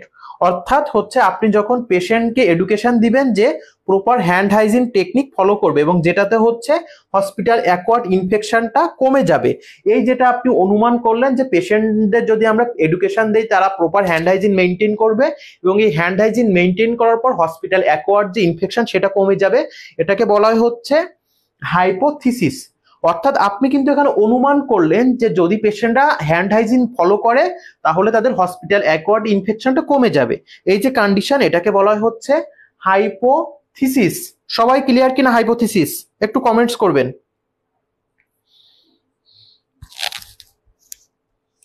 সবাই ক্লিয়ার কিনা হাইপোথিসিস একটু কমেন্টস করে জানাবেন। এবং আপনারা যারা আজকের ক্লাস এখনো শেয়ার করেননি, মাত্র হচ্ছে 56টা শেয়ার হয়েছে, অবশ্যই শেয়ার করে দিবেন। দেখেন আপনাদের জন্য কিন্তু আমরা অনেক কষ্ট করে এই ক্লাসগুলো রেডি করতেছি। ঝরা ক্লিয়ার ভাইয়া, Joyshree Mondal share done, MST Laboni clear, Eva Islam clear. আচ্ছা, তো হাইপোথিসিস বলতে আমরা যেটা বেসিক্যালি কোশ্চেন আছে প্রেডিকশন বা অনুমান করা, এটা আমরা অবশ্যই এমসিকিউ গুলো প্র্যাকটিস করব। আচ্ছা, আপনারা একটু হচ্ছে ফ্রাঙ্কলি এখন কমেন্টস করবেন যে আপনারা যখন পড়াশোনা করেছিলেন, যারা ডিপ্লোমা ইন নার্সিং পড়েছেন তাদের থার্ড ইয়ারে রয়েছে, যারা বিএসসি করেছেন তাদের ফোর্থ ইয়ারে রয়েছে, আপনারা আপনাদের প্রতিষ্ঠানে কি এভাবে শিখেছিলেন কিনা, বা আপনাদের এভাবে পড়ানো হয়েছিল কিনা, বা আপনারা এখন ক্লিয়ারলি বুঝতে পারছেন কিনা একটু কাইন্ডলি কমেন্টস করে জানাবেন।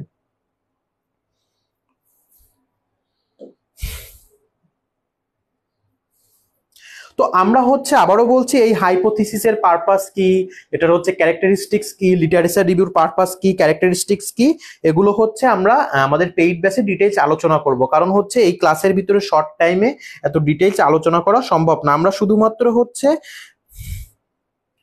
এখানে বেসিকটা জানতেছি, শুধুমাত্র আমরা বেসিকটা জানবো, কারণ আমরা বেসিকটা জানলে যখন আমরা এইগুলো নিয়ে পড়াশোনা করব বা আরো ডিটেইলস পড়বো তখন আমাদের হেল্প হবে।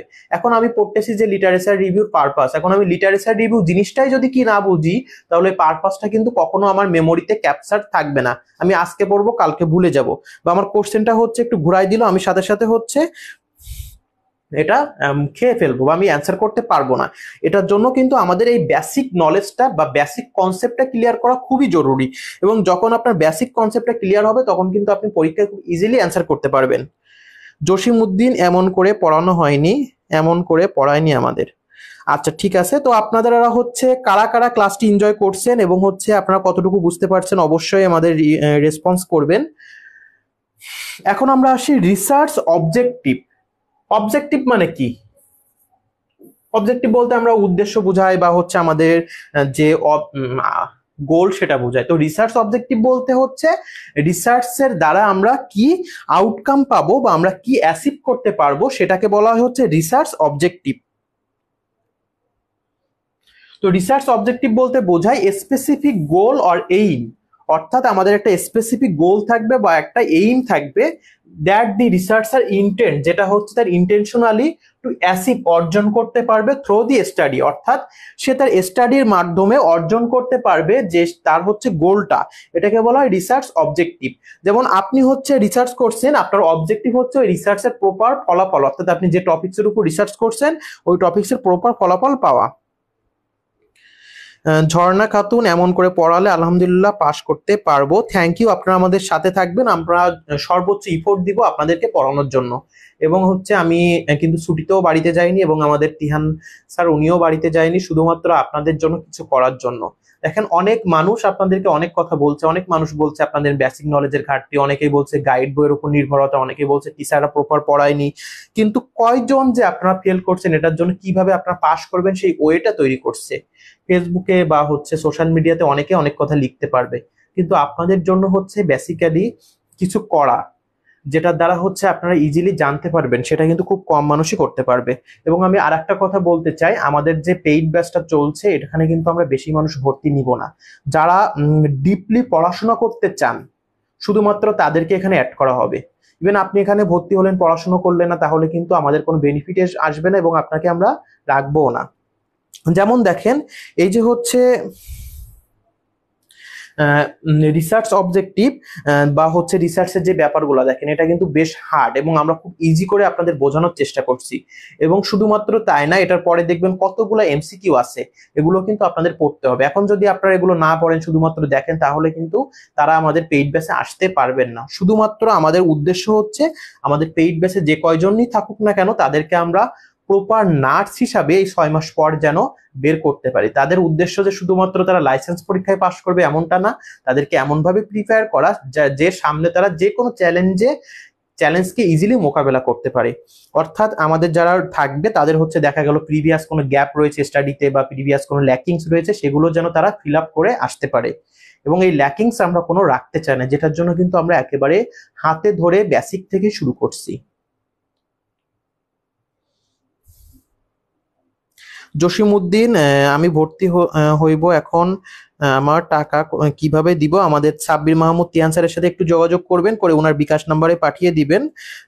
সোমায়া ইসলাম, আলহামদুলিল্লাহ ভাইয়া। ইবা ইসলাম, ইনশাল্লাহ। শুধুমাত্র যারা ডিপ স্টাডি করতে চান, যাদের পরিশ্রম করার মানসিকতা আছে এবং যাদের ভিতরে একটা চাপা উত্তেজনা রয়েছে যে এখান থেকে বেরোনোর পর আপনি যে কোনো চ্যালেঞ্জ মোকাবেলা করতে পারবেন, তারাই আমাদের লাইসেন্স পেইড ব্যাচে আসবেন।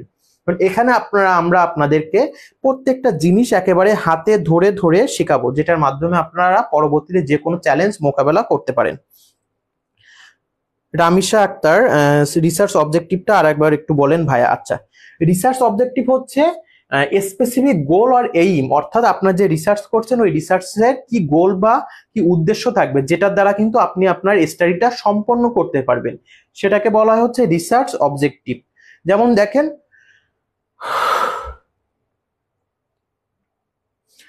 টু ইনভেস্টিগেট, কোনো কিছু আমরা ইনভেস্টিগেট করছি, the effectiveness of mindfulness based intervention in reducing stress level among the nursing staff in a hospital setting. অর্থাৎ একটা হসপিটাল সেটিং এ হচ্ছে যে নার্সিং স্টাফ রয়েছে তাদের হচ্ছে মাইন্ডফুলনেসের জন্য তারা কিভাবে হচ্ছে হ্যাপি থাকার পর তারা স্ট্রেস লেভেলটা কমাচ্ছে সেটার উপর। তো আমাদের এখানে রিসার্চের অবজেক্টিভ হচ্ছে যে তাদের আমরা ওই ইন্টারভেনশনের দ্বারা কতটুকু স্ট্রেস লেভেলটা কমাতে পারছে, এটাই হচ্ছে অবজেক্টিভ।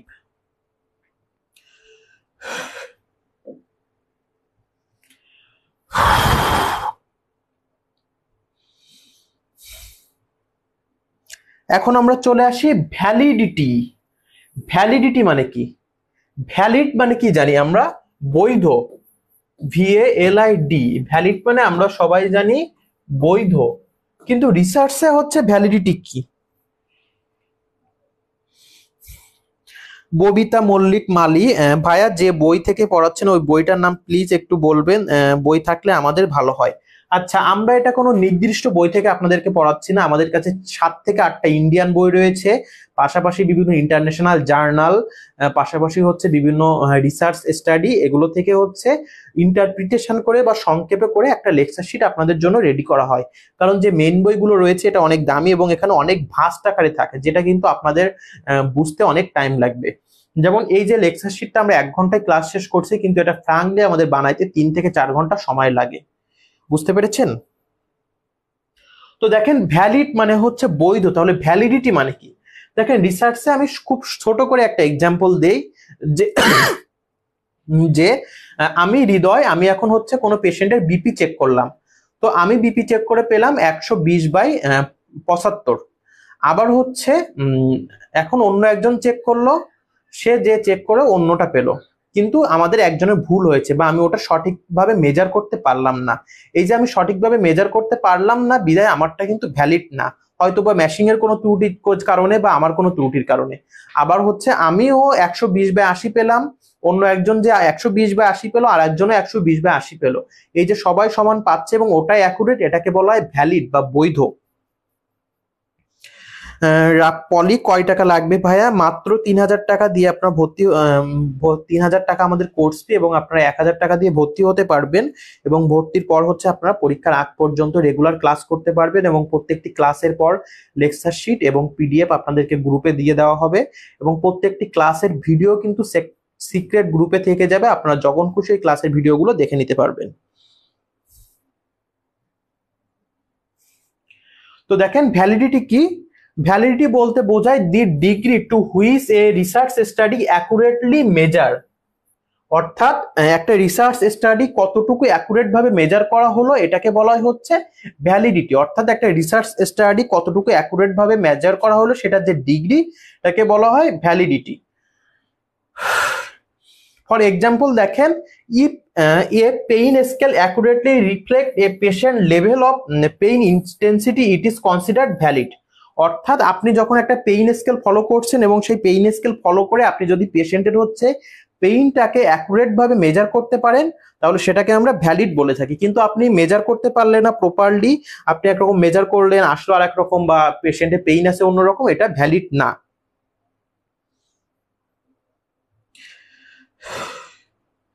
এক্সামের জন্য তাহলে কি কোনো বই কিনতে হবে না ভাইয়া? আচ্ছা, আমাদের এক্সামের জন্য হচ্ছে আমাদের গাইডিয়ানের যে বইটা রয়েছে সেটা এই এতগুলো বইয়ের সংক্ষিপ্ত আকারে দেওয়া, এবং ওখানে প্রত্যেকটা টপিক এবং প্রত্যেকটা হচ্ছে কারিকুলাম ওয়াইজ প্রত্যেকটা topic base basic plus MCQ দেওয়া আছে। আপনারা ওই বইটা কিনতে পারেন। ওই বইটা কিনলে আপনাদের ওখানে প্রত্যেকটা জিনিসের বেসিকও দেওয়া রয়েছে এবং পাশাপাশি ওই বেসিকের উপর এমসিকিউ দেওয়া রয়েছে, এখান থেকে আপনারা প্র্যাকটিস করতে পারবেন। এখন আমরা দেখব রিঅ্যাবিলিটি। রিঅ্যাবিলিটিটা কি? আমরা দেখলাম কি ভ্যালিডিটি, এখন আমরা দেখব রিঅ্যাবিলিটি।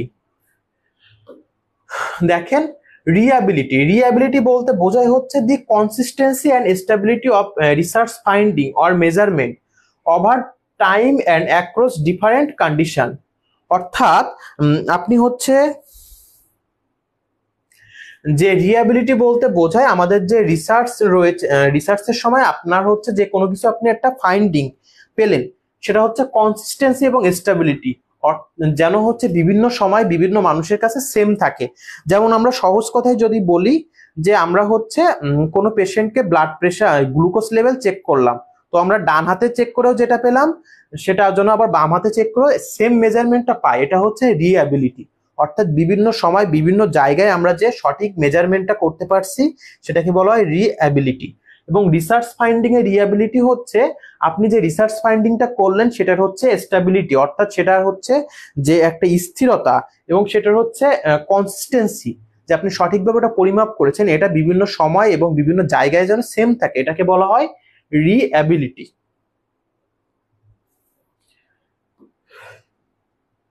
এখন আমরা দেখব ভেরিয়েবল।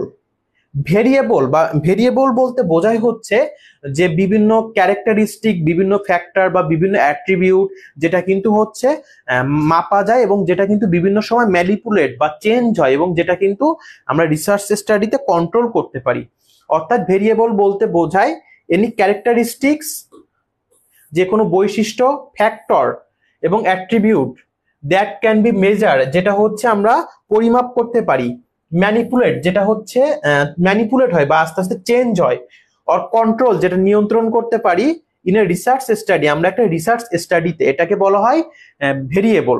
যেমন দেখেন ভেরিয়েবলটা কি, যে একটা এক্সাম্পল দেখি আমরা, যে investigating the relationship between a patient blood pressure and the risk of developing cardiovascular complication. অর্থাৎ আমরা হচ্ছে একজন পেশেন্টের ব্লাড প্রেশার এবং হচ্ছে ব্লাড প্রেশারের সাথে তার হচ্ছে কার্ডিওভাস্কুলার কমপ্লিকেশন অ্যারাইজ করার যে রিস্ক ফ্যাক্টর সেটা ডেভেলপ করছি, এটার ভিতরে যে সম্পর্ক বা হচ্ছে এটাকে বলা হয় ভেরিয়েবল। যেমন দেখেন কোনো পেশেন্টের যখন ব্লাড প্রেশার বেশি থাকবে তখন আমরা বুঝে নিব তার কোনো কার্ডিওভাস্কুলার ইস্যু থাকতে পারে, তো এখানে তার কিন্তু এই কার্ডিওভাস্কুলার ইস্যুর সাথে তার ব্লাড প্রেশারের সম্পর্ক রয়েছে। এই যে ব্যাপার এগুলোকে বলা হয় হচ্ছে ভেরিয়েবল, যেটা বিভিন্ন সময় ভ্যারি করে, বিভিন্ন সময় ম্যানিপুলেট হয়, বিভিন্ন সময় চেঞ্জ হয়।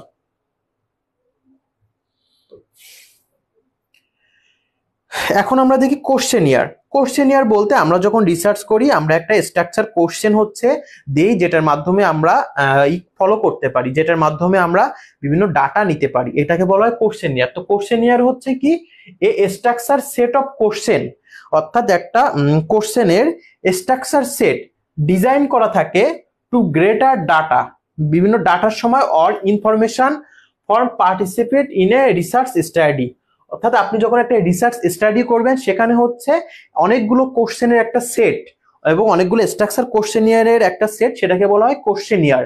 অর্থাৎ সহজ কথায় বলি, আমরা যখন রিসার্চ করি অনেকগুলো কোশ্চেন একসাথে দিয়ে আমরা যখন অডিয়েন্স থেকে ডাটাগুলো কালেকশন করি সেটাকে বলা হয় কোশ্চেনিয়ার। নওরিন আফরোজ খান, রিপিট করবেন প্লিজ, কোনটা রিপিট করবো কাইন্ডলি একটু বলবেন। এবং দেখেন আমি আজকে আপনাদের খুব মজার একটা ব্যাপার বলি, সেটা হচ্ছে আমাদের ক্লাসে 200+ পার্টিসিপেট ছিল, কিন্তু এই যে রিসার্চ এটা কিন্তু খুব মনোযোগ দিয়ে পড়তে হয় এবং যথেষ্ট কঠিন একটা ব্যাপার। এটা দেখে কিন্তু এখন পরপর অডিয়েন্স কমছে। এটার কারণ কি? এটার কারণ কিন্তু তারা চাচ্ছে না কষ্ট করে পড়তে, এবং আমরা কিন্তু চাই না যে এই ধরনের স্টুডেন্ট আমাদের ব্যাচে থাকুক। আমরা এমন কিছু স্টুডেন্টকে নিয়ে আগাবো যাদেরকে দিয়ে আমরা পরবর্তীতে যে কোনো সমস্যা, যে কোনো তাদের পরীক্ষা মোকাবেলা করতে পারে খুব ইজিলি। আচ্ছা, ভেরিয়েবল। ভেরিয়েবল হচ্ছে, দেখেন ভেরিয়েবল হচ্ছে এনি ক্যারেক্টারিস্টিক ফ্যাক্টর এবং অ্যাট্রিবিউট যেটা কিন্তু আমরা মেজার করার পর ম্যানিপুলেট হয়, চেঞ্জ হয় এবং হচ্ছে রিসার্চ স্টাডিতে আমরা কন্ট্রোল করতে পারি। যেমন দেখেন আমাদের এজ, সেক্স, জেন্ডার এগুলো কিন্তু সব ভেরিয়েবল, এবং ভেরিয়েবলের কিছু টাইপস রয়েছে, যেমন হচ্ছে dependent variable, independent variable, socio demographic variable, এরকম অনেক ভেরিয়েবল রয়েছে। এটা আমরা পরে ডিটেইলস আলোচনা করব।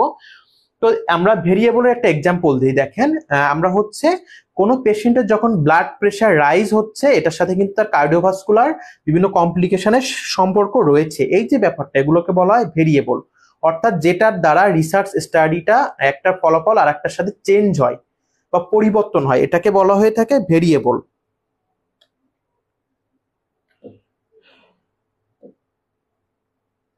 এখন আমরা দেখব স্যাম্পল। আচ্ছা, স্যাম্পল কি? দেখেন রিসার্চে আমরা যখন রিসার্চ করব এখানে দুইটা ব্যাপার খুব জরুরি, একটা হচ্ছে পপুলেশন এবং একটা স্যাম্পল। তো রিসার্চে পপুলেশন বলতে বোঝায় আপনি যখন রিসার্চ করবেন আপনি স্পেসিফিক কাদের উপর রিসার্চ করছেন ওই সম্পর্কিত যত মানুষ তারা হচ্ছে পপুলেশন। যেমন আমি আজকে ঢাকা মেডিকেল কলেজ হসপিটালে নার্সদের উপর কোনো রিসার্চ করব, তো ঢাকা মেডিকেল কলেজ হসপিটালে 2000 বা 3000 যত নার্স রয়েছে তারা হচ্ছে আমার পপুলেশন। কিন্তু এটা কিন্তু আমি যদি রিসার্চটা ডক্টরদের উপর করতাম তাহলে ঢাকা মেডিকেল কলেজ হসপিটালে যতগুলো ডক্টর ছিল তারা থাকতো আমার পপুলেশন। আবার যদি হচ্ছে আমরা এই রিসার্চটা ওয়ার্ড বয়দের উপর করতাম বা পেশেন্টদের উপর করতাম তাহলে শুধু যতগুলো পেশেন্ট ছিল তারা হচ্ছে আমার পপুলেশন। আর স্যাম্পল কি? স্যাম্পল হচ্ছে সাবসেট অফ পপুলেশন। অর্থাৎ ওই যে বিশাল পপুলেশন, ওখান থেকে আপনি বিভিন্ন পন্থা অবলম্বন করে অল্প কিছু মানুষকে বেছে নিলেন, এটাকে বলা হয় স্যাম্পল। যেমন দেখেন এখানে আমরা দেখতেছি অনেকগুলো মানুষ রয়েছে, এখান থেকে আমরা স্যাম্পল হিসাবে বিভিন্ন টেকনিক, যেমন হচ্ছে প্রবাবিলিটি স্যাম্পলিং টেকনিক, নন প্রবাবিলিটি, এরকম বিভিন্ন টেকনিক ফলো করে আমরা 20 জনকে চুজ করেছি, এটাকে বলা হয় হচ্ছে স্যাম্পল। পপুলেশন হচ্ছে অনেক বড় এবং স্যাম্পল হচ্ছে পপুলেশনের সাবসেট।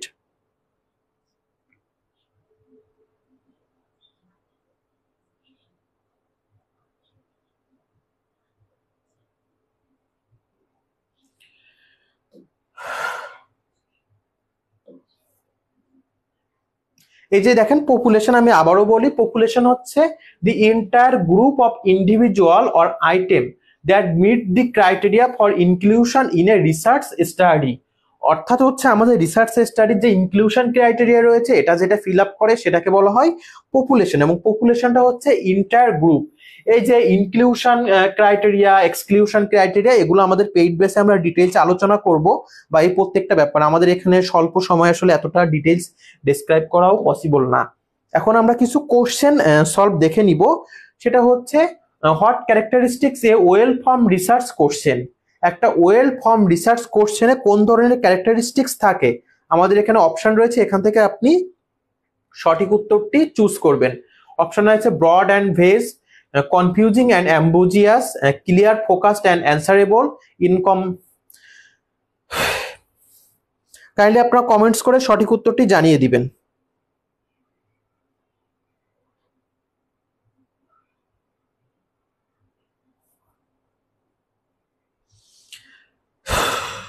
স্মৃতি, আকি আক্তার, সোয়া, রিপা, সোনিয়া আক্তার, কাইফা, সি, নওরিন আফরোজ খান, ক্লিয়ার, ফোকাস, অ্যান্সারেবল। আচ্ছা, এখন আপনারা, আমাদের সঠিক উত্তর হচ্ছে সি, কারণ হচ্ছে কোশ্চেন ইয়ারটা থাকবে, সরি রিসার্চ কোশ্চেনটা থাকবে ক্লিয়ার, ফোকাস এবং অ্যান্সারেবল, যেটা আমরা পড়েছিলাম। তো এই যে ব্যাপারটা, এটা কি আপনারা আগে পড়েছেন না আজকে ক্লাসের ভিতর থেকে পড়ে আপনারা অ্যান্সার দিচ্ছেন, সেটা একটু কমেন্টস করে জানাবেন যে এটা কি আপনারা আগে থেকে জানা ছিল না এই ক্লাসের ভিতর থেকে আপনি পড়ে ইজিলি অ্যান্সার দিতে পারছেন।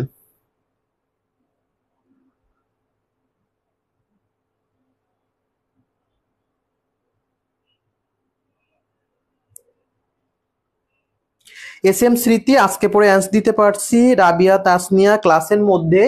তাহলে আপনারা দেখেন যে কিভাবে আমরা পড়লে, রেশমা আগে জানতাম না, আমরা এখানে দেখতেছি যে আমরা কিভাবে পড়লে আমরা ক্লাসের পড়া ক্লাসে কমপ্লিট করতে পারি।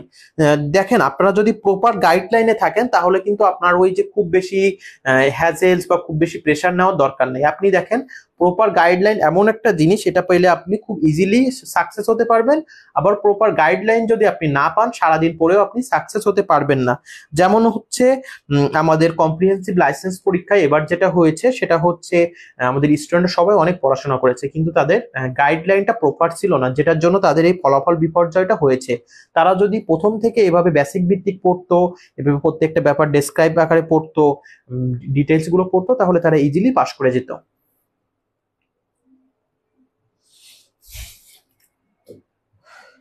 আমরা পরবর্তী কোশ্চেন দেখে নেই। What is a hypothesis in research? রিসার্চে হাইপোথিসিস কাকে বলে?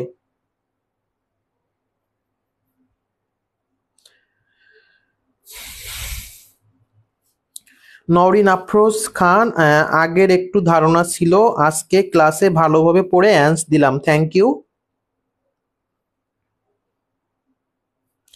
কাইন্ডলি সবাই অ্যান্সার করবেন এই কোশ্চেনটির সঠিক উত্তর কোনটা। ভাইয়া, আবার ক্লাসে এসে রমজান মাস নামাজের টাইমে যদি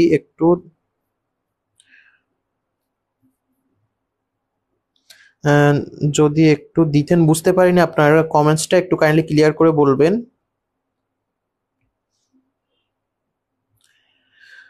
সোয়া সি, কাজল সি, কাইন্ডলি সবাই একটু কমেন্টস করবেন। আমাদের সাথে 149 জন রয়েছে, সবাই একটু কমেন্টস করবেন। Halima Afroz C, Mamun Akand C, Nowrin A testable prediction or statement.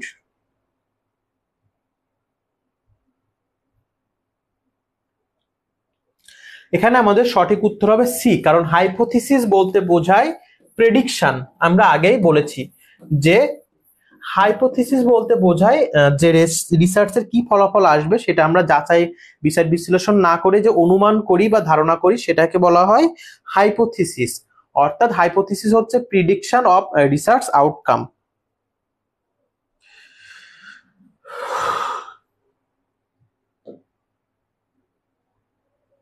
দেখেন, আমার যারা স্টুডেন্ট রয়েছে বর্তমান ডিপ্লোমা থার্ড ইয়ারে, তাদের কিন্তু আমি এগুলো খুব সুন্দরভাবে ফার্স্ট ইয়ার থেকেই পড়াচ্ছি। এবং হচ্ছে আর একটা ব্যাপার, আমাদের আর একজন স্যার রয়েছে রক্তিম, ও হচ্ছে বিশেষ করে ওর ক্যাম্পাসে অ্যানাটমি ক্লাস নেয়। তো ও কি করেছে, কম্প্রিহেন্সিভ লাইসেন্স পরীক্ষায় যে কোশ্চেন গুলো ছিল ওখান থেকে অ্যানাটমি ফিজিওলজি গুলো ওদের স্টুডেন্টদেরকে দেখিয়েছে যে তোমরা অ্যান্সার করতে পারবা কিনা। এবং ক্লাসের ভিতরে ম্যাক্সিমাম স্টুডেন্টরা সব কোশ্চেনের সুন্দরভাবে অ্যান্সার করছে। এটার কিন্তু একটা কারণ কি, সেটা হচ্ছে ওরা প্রথম থেকে বেসিক এভাবে ডিপলি পড়েছে। এটার জন্য কিন্তু আমাদের টিচাররা অনেক অংশে দায়ী, যে আমরা কিভাবে পড়বো, কিভাবে পড়তে হবে, কতটা ডিপলি পড়াবো। আপনারা দেখবেন অনেকে কি করে, ক্লাসের ভিতর যে বইটা খুলে এগুলো পড়ে আসবা শেষ। কিন্তু আমাদের একটা ক্লাসে যখন হচ্ছে আমরা টিচারের একটা লেকচার শিট রেডি করি, আমাদের নিজেদের অনেক কিছু ভাবতে হয়, নিজেদের বুঝতে হয়, এবং আপনারা যত বেশি ডিটেলস পড়বেন তত বেশি আপনারা মনে রাখতে পারবেন। What is research objective?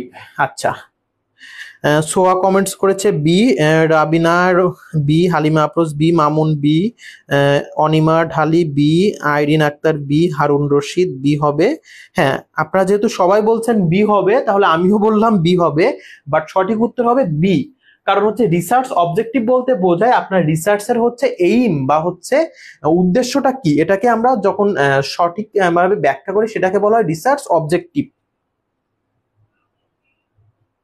ভাই, এখন কি কোনো আপডেট বই আছে? আমাদের গার্ডিয়ানের বইটা আছে, এটা আপনারা নিতে পারেন।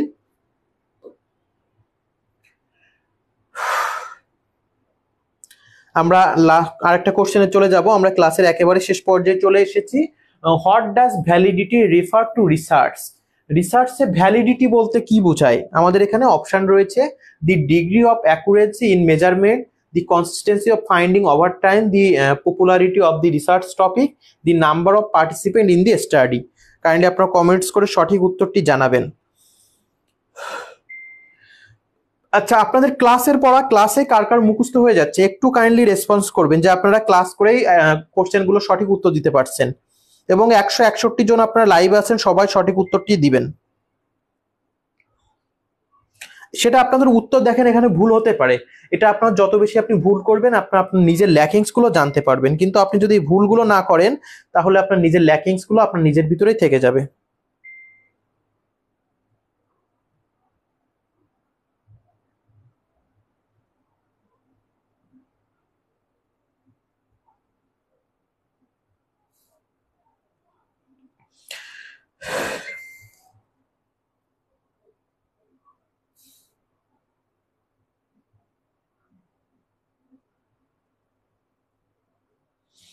আমার এ হবে আমার আমি। আচ্ছা, আপনারা কারা কারা হচ্ছে ক্লাসের পড়া ক্লাসেই বুঝতে পারছেন একটু কাইন্ডলি কমেন্টস করবেন।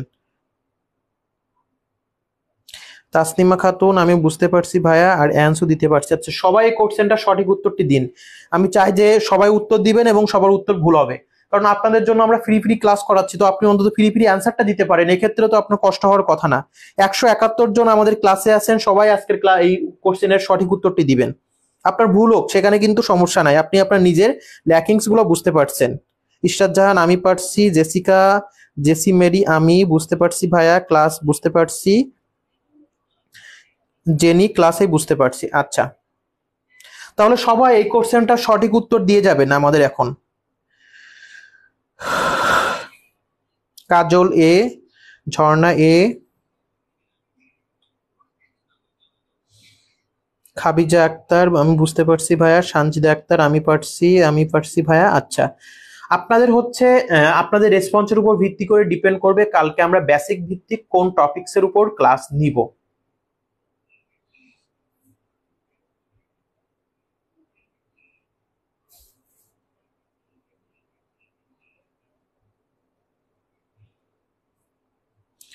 সোমায়া ইসলাম এ হবে,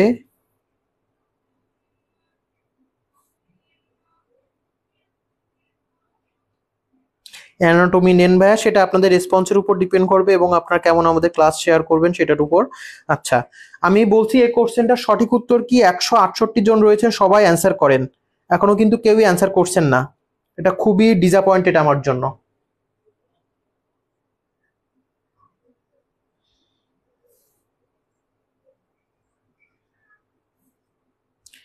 আচ্ছা, এখানে সঠিক উত্তর হবে হচ্ছে এ।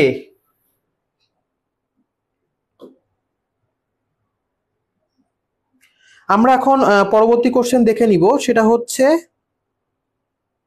What is sample in research? রিসার্চের স্যাম্পল বলতে কি বোঝায়?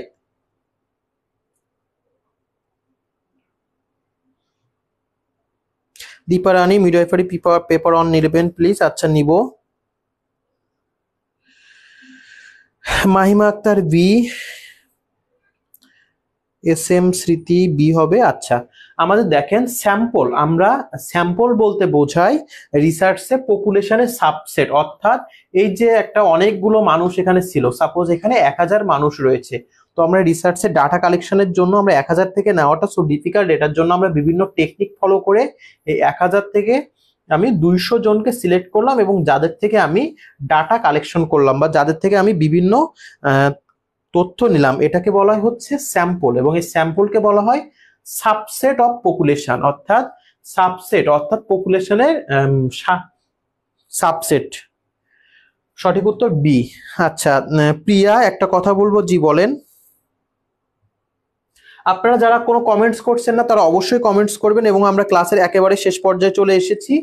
এখন আমরা দেখব যে রিসার্চ প্রসেস স্টেপ, অর্থাৎ আমরা যে একটা রিসার্চ শুরু করব, আমরা কি রিসার্চ শুরু করার জন্য কি স্টেপ ফলো করব। আমরা কি চাইলে কিন্তু একটা রিসার্চ শুরু করতে পারি না, আমরা একদম প্রথম থেকে কোন টেকনিক কোন রুলস ফলো করে একটা রিসার্চ শুরু করব। তো প্রথম দেখেন, আমাদের রিসার্চ করতে গেলে আমাদের যেটা দরকার সেটা হচ্ছে সমস্যা খুঁজে বের করা বা আইডেন্টিফাই প্রবলেম। আপনি যে রিসার্চ করবেন আপনার চারপাশে অনেক সমস্যা রয়েছে, এই সমস্যাগুলো থেকে যে কোনো একটা সমস্যা আপনাকে খুঁজতে হবে যেটার উপর আপনি রিসার্চ করতে চান। তারপরে যেটা রয়েছে সেটা হচ্ছে ইভালুয়েট দি লিটারেচার বা লিটারেচার রিভিউ। অর্থাৎ আপনি ওই যে সমস্যার উপর রিসার্চ করবেন, ওই সমস্যার উপর আপনাকে বিভিন্ন ধরনের লিটারেচার গুলোকে রিভিউ করতে হবে, ওই টপিকস এর উপর যতগুলো লিটারেচার রয়েছে সেটা। দেন পরবর্তীতে আমাদের যেটা করতে হবে সেটা হচ্ছে হাইপোথিসিস ফর্মুলেশন বা ক্রিয়েট হাইপোথিসিস।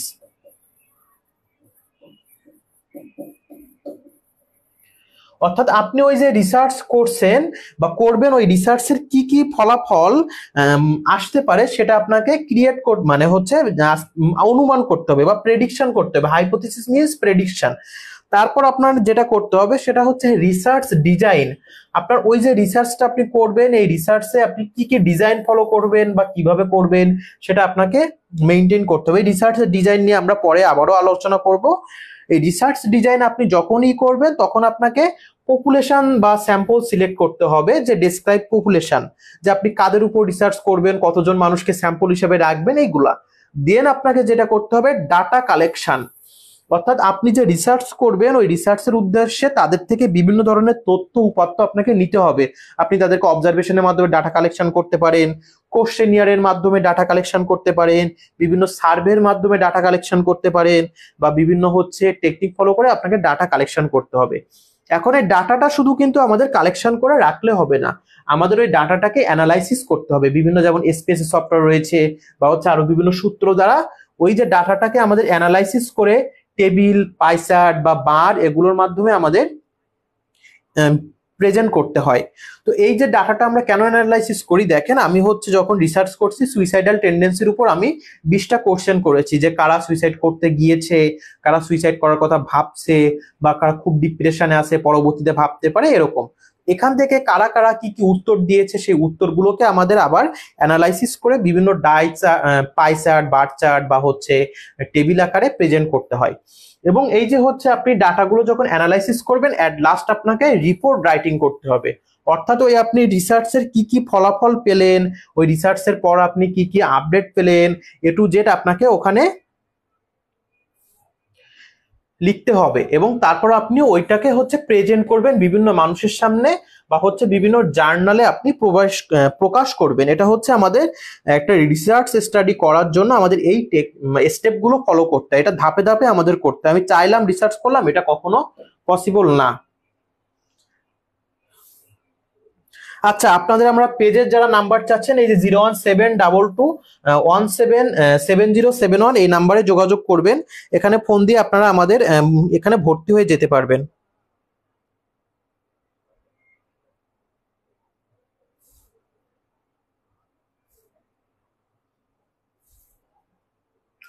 আচ্ছা, সুমাইয়া ইসলাম ভাইয়া, ভর্তি হব কিভাবে? আমাদের পেজের নাম্বারটা আমি দিয়ে দিচ্ছি, এই নাম্বারে আপনি ফোন দিয়ে যোগাযোগ করে 1000 টাকা এখন পে করে ভর্তি হতে পারবেন, বা 1500 টাকা পে করে বাকিটা হচ্ছে আপনি পরে দিবেন।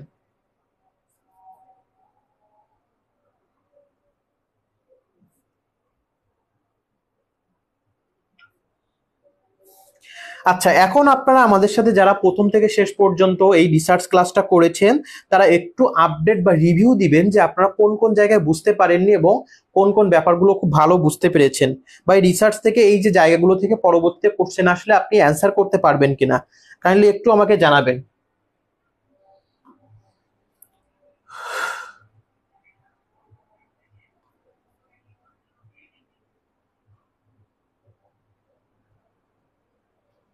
আমরা এখনই ক্লাসটি শেষ করে দিব, তার আগে আপনারা কাইন্ডলি একটু রেসপন্স করবেন যে আপনারা ক্লাসটি কেমন বুঝতে পেরেছেন, বা আপনারা কারা কারা এরকম বেসিক ভিত্তিক প্রিপারেশন নিতে চান এবং ভর্তি হতে চান।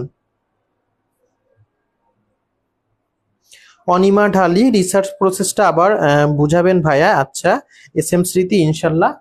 চলুন আমরা রিসার্চ প্রসেস চলে যাই। সেটা হচ্ছে আপনি যখন রিসার্চ করবেন আপনাকে প্রথমত যে কোনো একটা প্রবলেম আইডেন্টিফাই করতে হবে।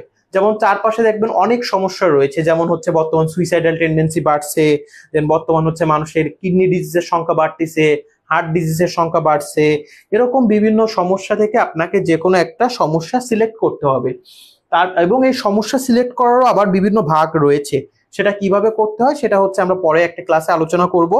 তারপরে যেটা রয়েছে সেটা হচ্ছে ইভালুয়েট করতে হবে লিটারেচার বা লিটারেচার রিভিউ করতে হবে, অর্থাৎ আপনার ওই টপিকসের উপর প্রিভিয়াস কারা রিসার্চ করেছে তাদের ওই রিসার্চের একটা কম্প্রিহেন্সিভ সামারি আপনাকে বের করতে হবে।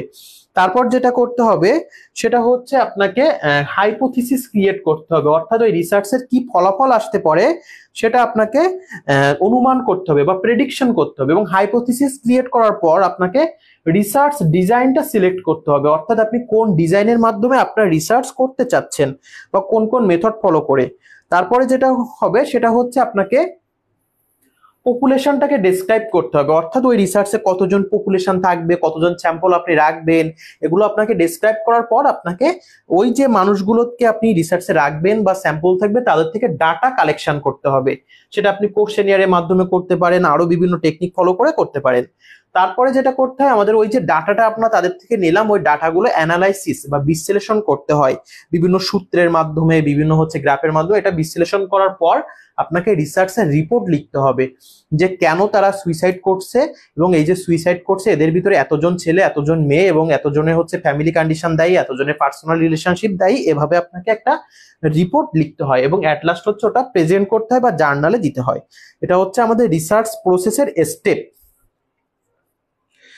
আচ্ছা, জয়শ্রী মন্ডল ভর্তি হতে চায়। হ্যাঁ, আপনারা যারা ভর্তি হতে চান তারা যত দ্রুত সম্ভব ভর্তি হয়ে যাবেন। ঝরা অ্যাডমিট হতে চাই, আচ্ছা ঠিক আছে, আমাদের পেজে যোগাযোগ করবেন, করে আপনারা ভর্তি হয়ে যাবেন যত দ্রুত সম্ভব, কারণ আমাদের কিন্তু হচ্ছে অলরেডি এই ক্লাসের যে লেকচার শিট গুলো রয়েছে এটা পেইড বেসে দিয়ে দেওয়া হবে। এবং দেখেন which step involve synthesising and finding from multiple studies on a topic. আমাদের অপশন রয়েছে data collection, literature review, hypothesis formulation এবং ডাটা অ্যানালাইসিস।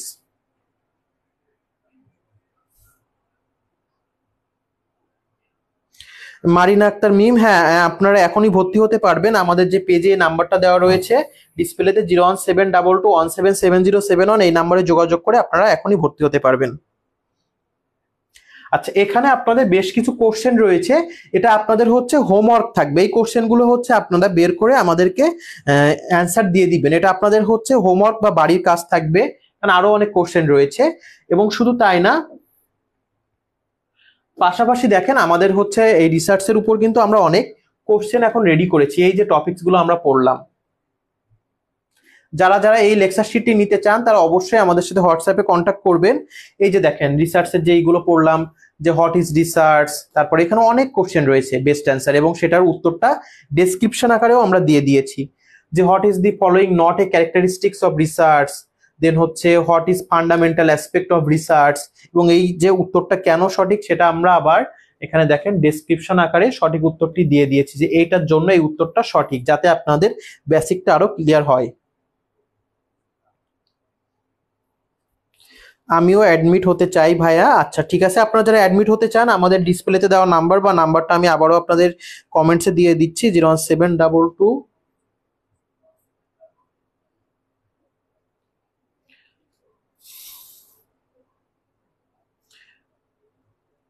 নাম্বারে যোগাযোগ করবেন, যোগাযোগ করে আপনারা ভর্তি হয়ে যাবেন।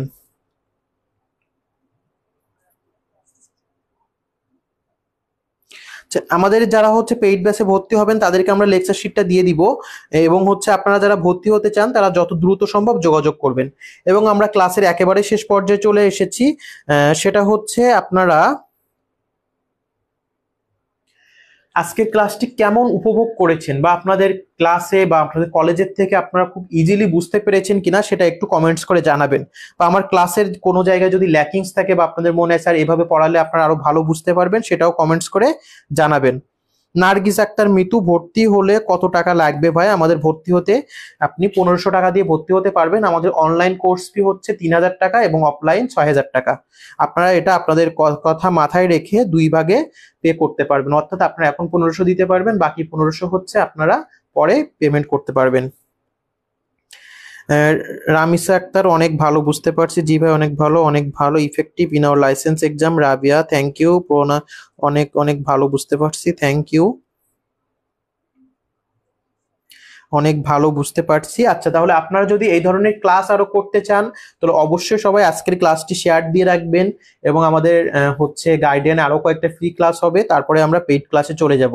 তো আপনারা যারা আমাদের এভাবে প্রথম থেকে শুরু করে শেষ পর্যন্ত প্রিপারেশন নিতে চান তারা অবশ্যই পেইড বেসে ভর্তি হয়ে যাবেন, কারণ আমাদের কিন্তু এরকম শর্ট টাইমে এই এত স্বল্প সময়ে সবকিছু ডেসক্রাইব করা কখনো সম্ভব না। যেমন আমরা রিসার্চে জাস্ট বেসিক গুলো বলে গিয়েছি, এখনো কিন্তু রিসার্চের যে রস বা যে সাগর পড়ে রয়েছে সেখানে আমরা পরবর্তীতে যাব। অনেক ভালো, বুঝতে পারছি ভাইয়া। আচ্ছা, রিসার্চ নিয়ে সবার ভিতরে যে আতঙ্ক ছিল, আজকের ক্লাসটা করার পর আপনারা এই আতঙ্কটা রয়েছে কিনা বা এই ভয়টা রয়েছে কিনা একটু জানাবেন। যে রিসার্চ নিয়ে সবাই ভয় পেত, রিসার্চ বোঝা যায় না, অনেক কঠিন, মাথায় ঢোকে না, এই ভয়টা আপনাদের আর আছে কিনা ক্লাস করার পর? আপনারা কি এমন ক্লাস করলে রিসার্চ বুঝতে পারবেন কিনা একটু কমেন্টস করে জানাবেন।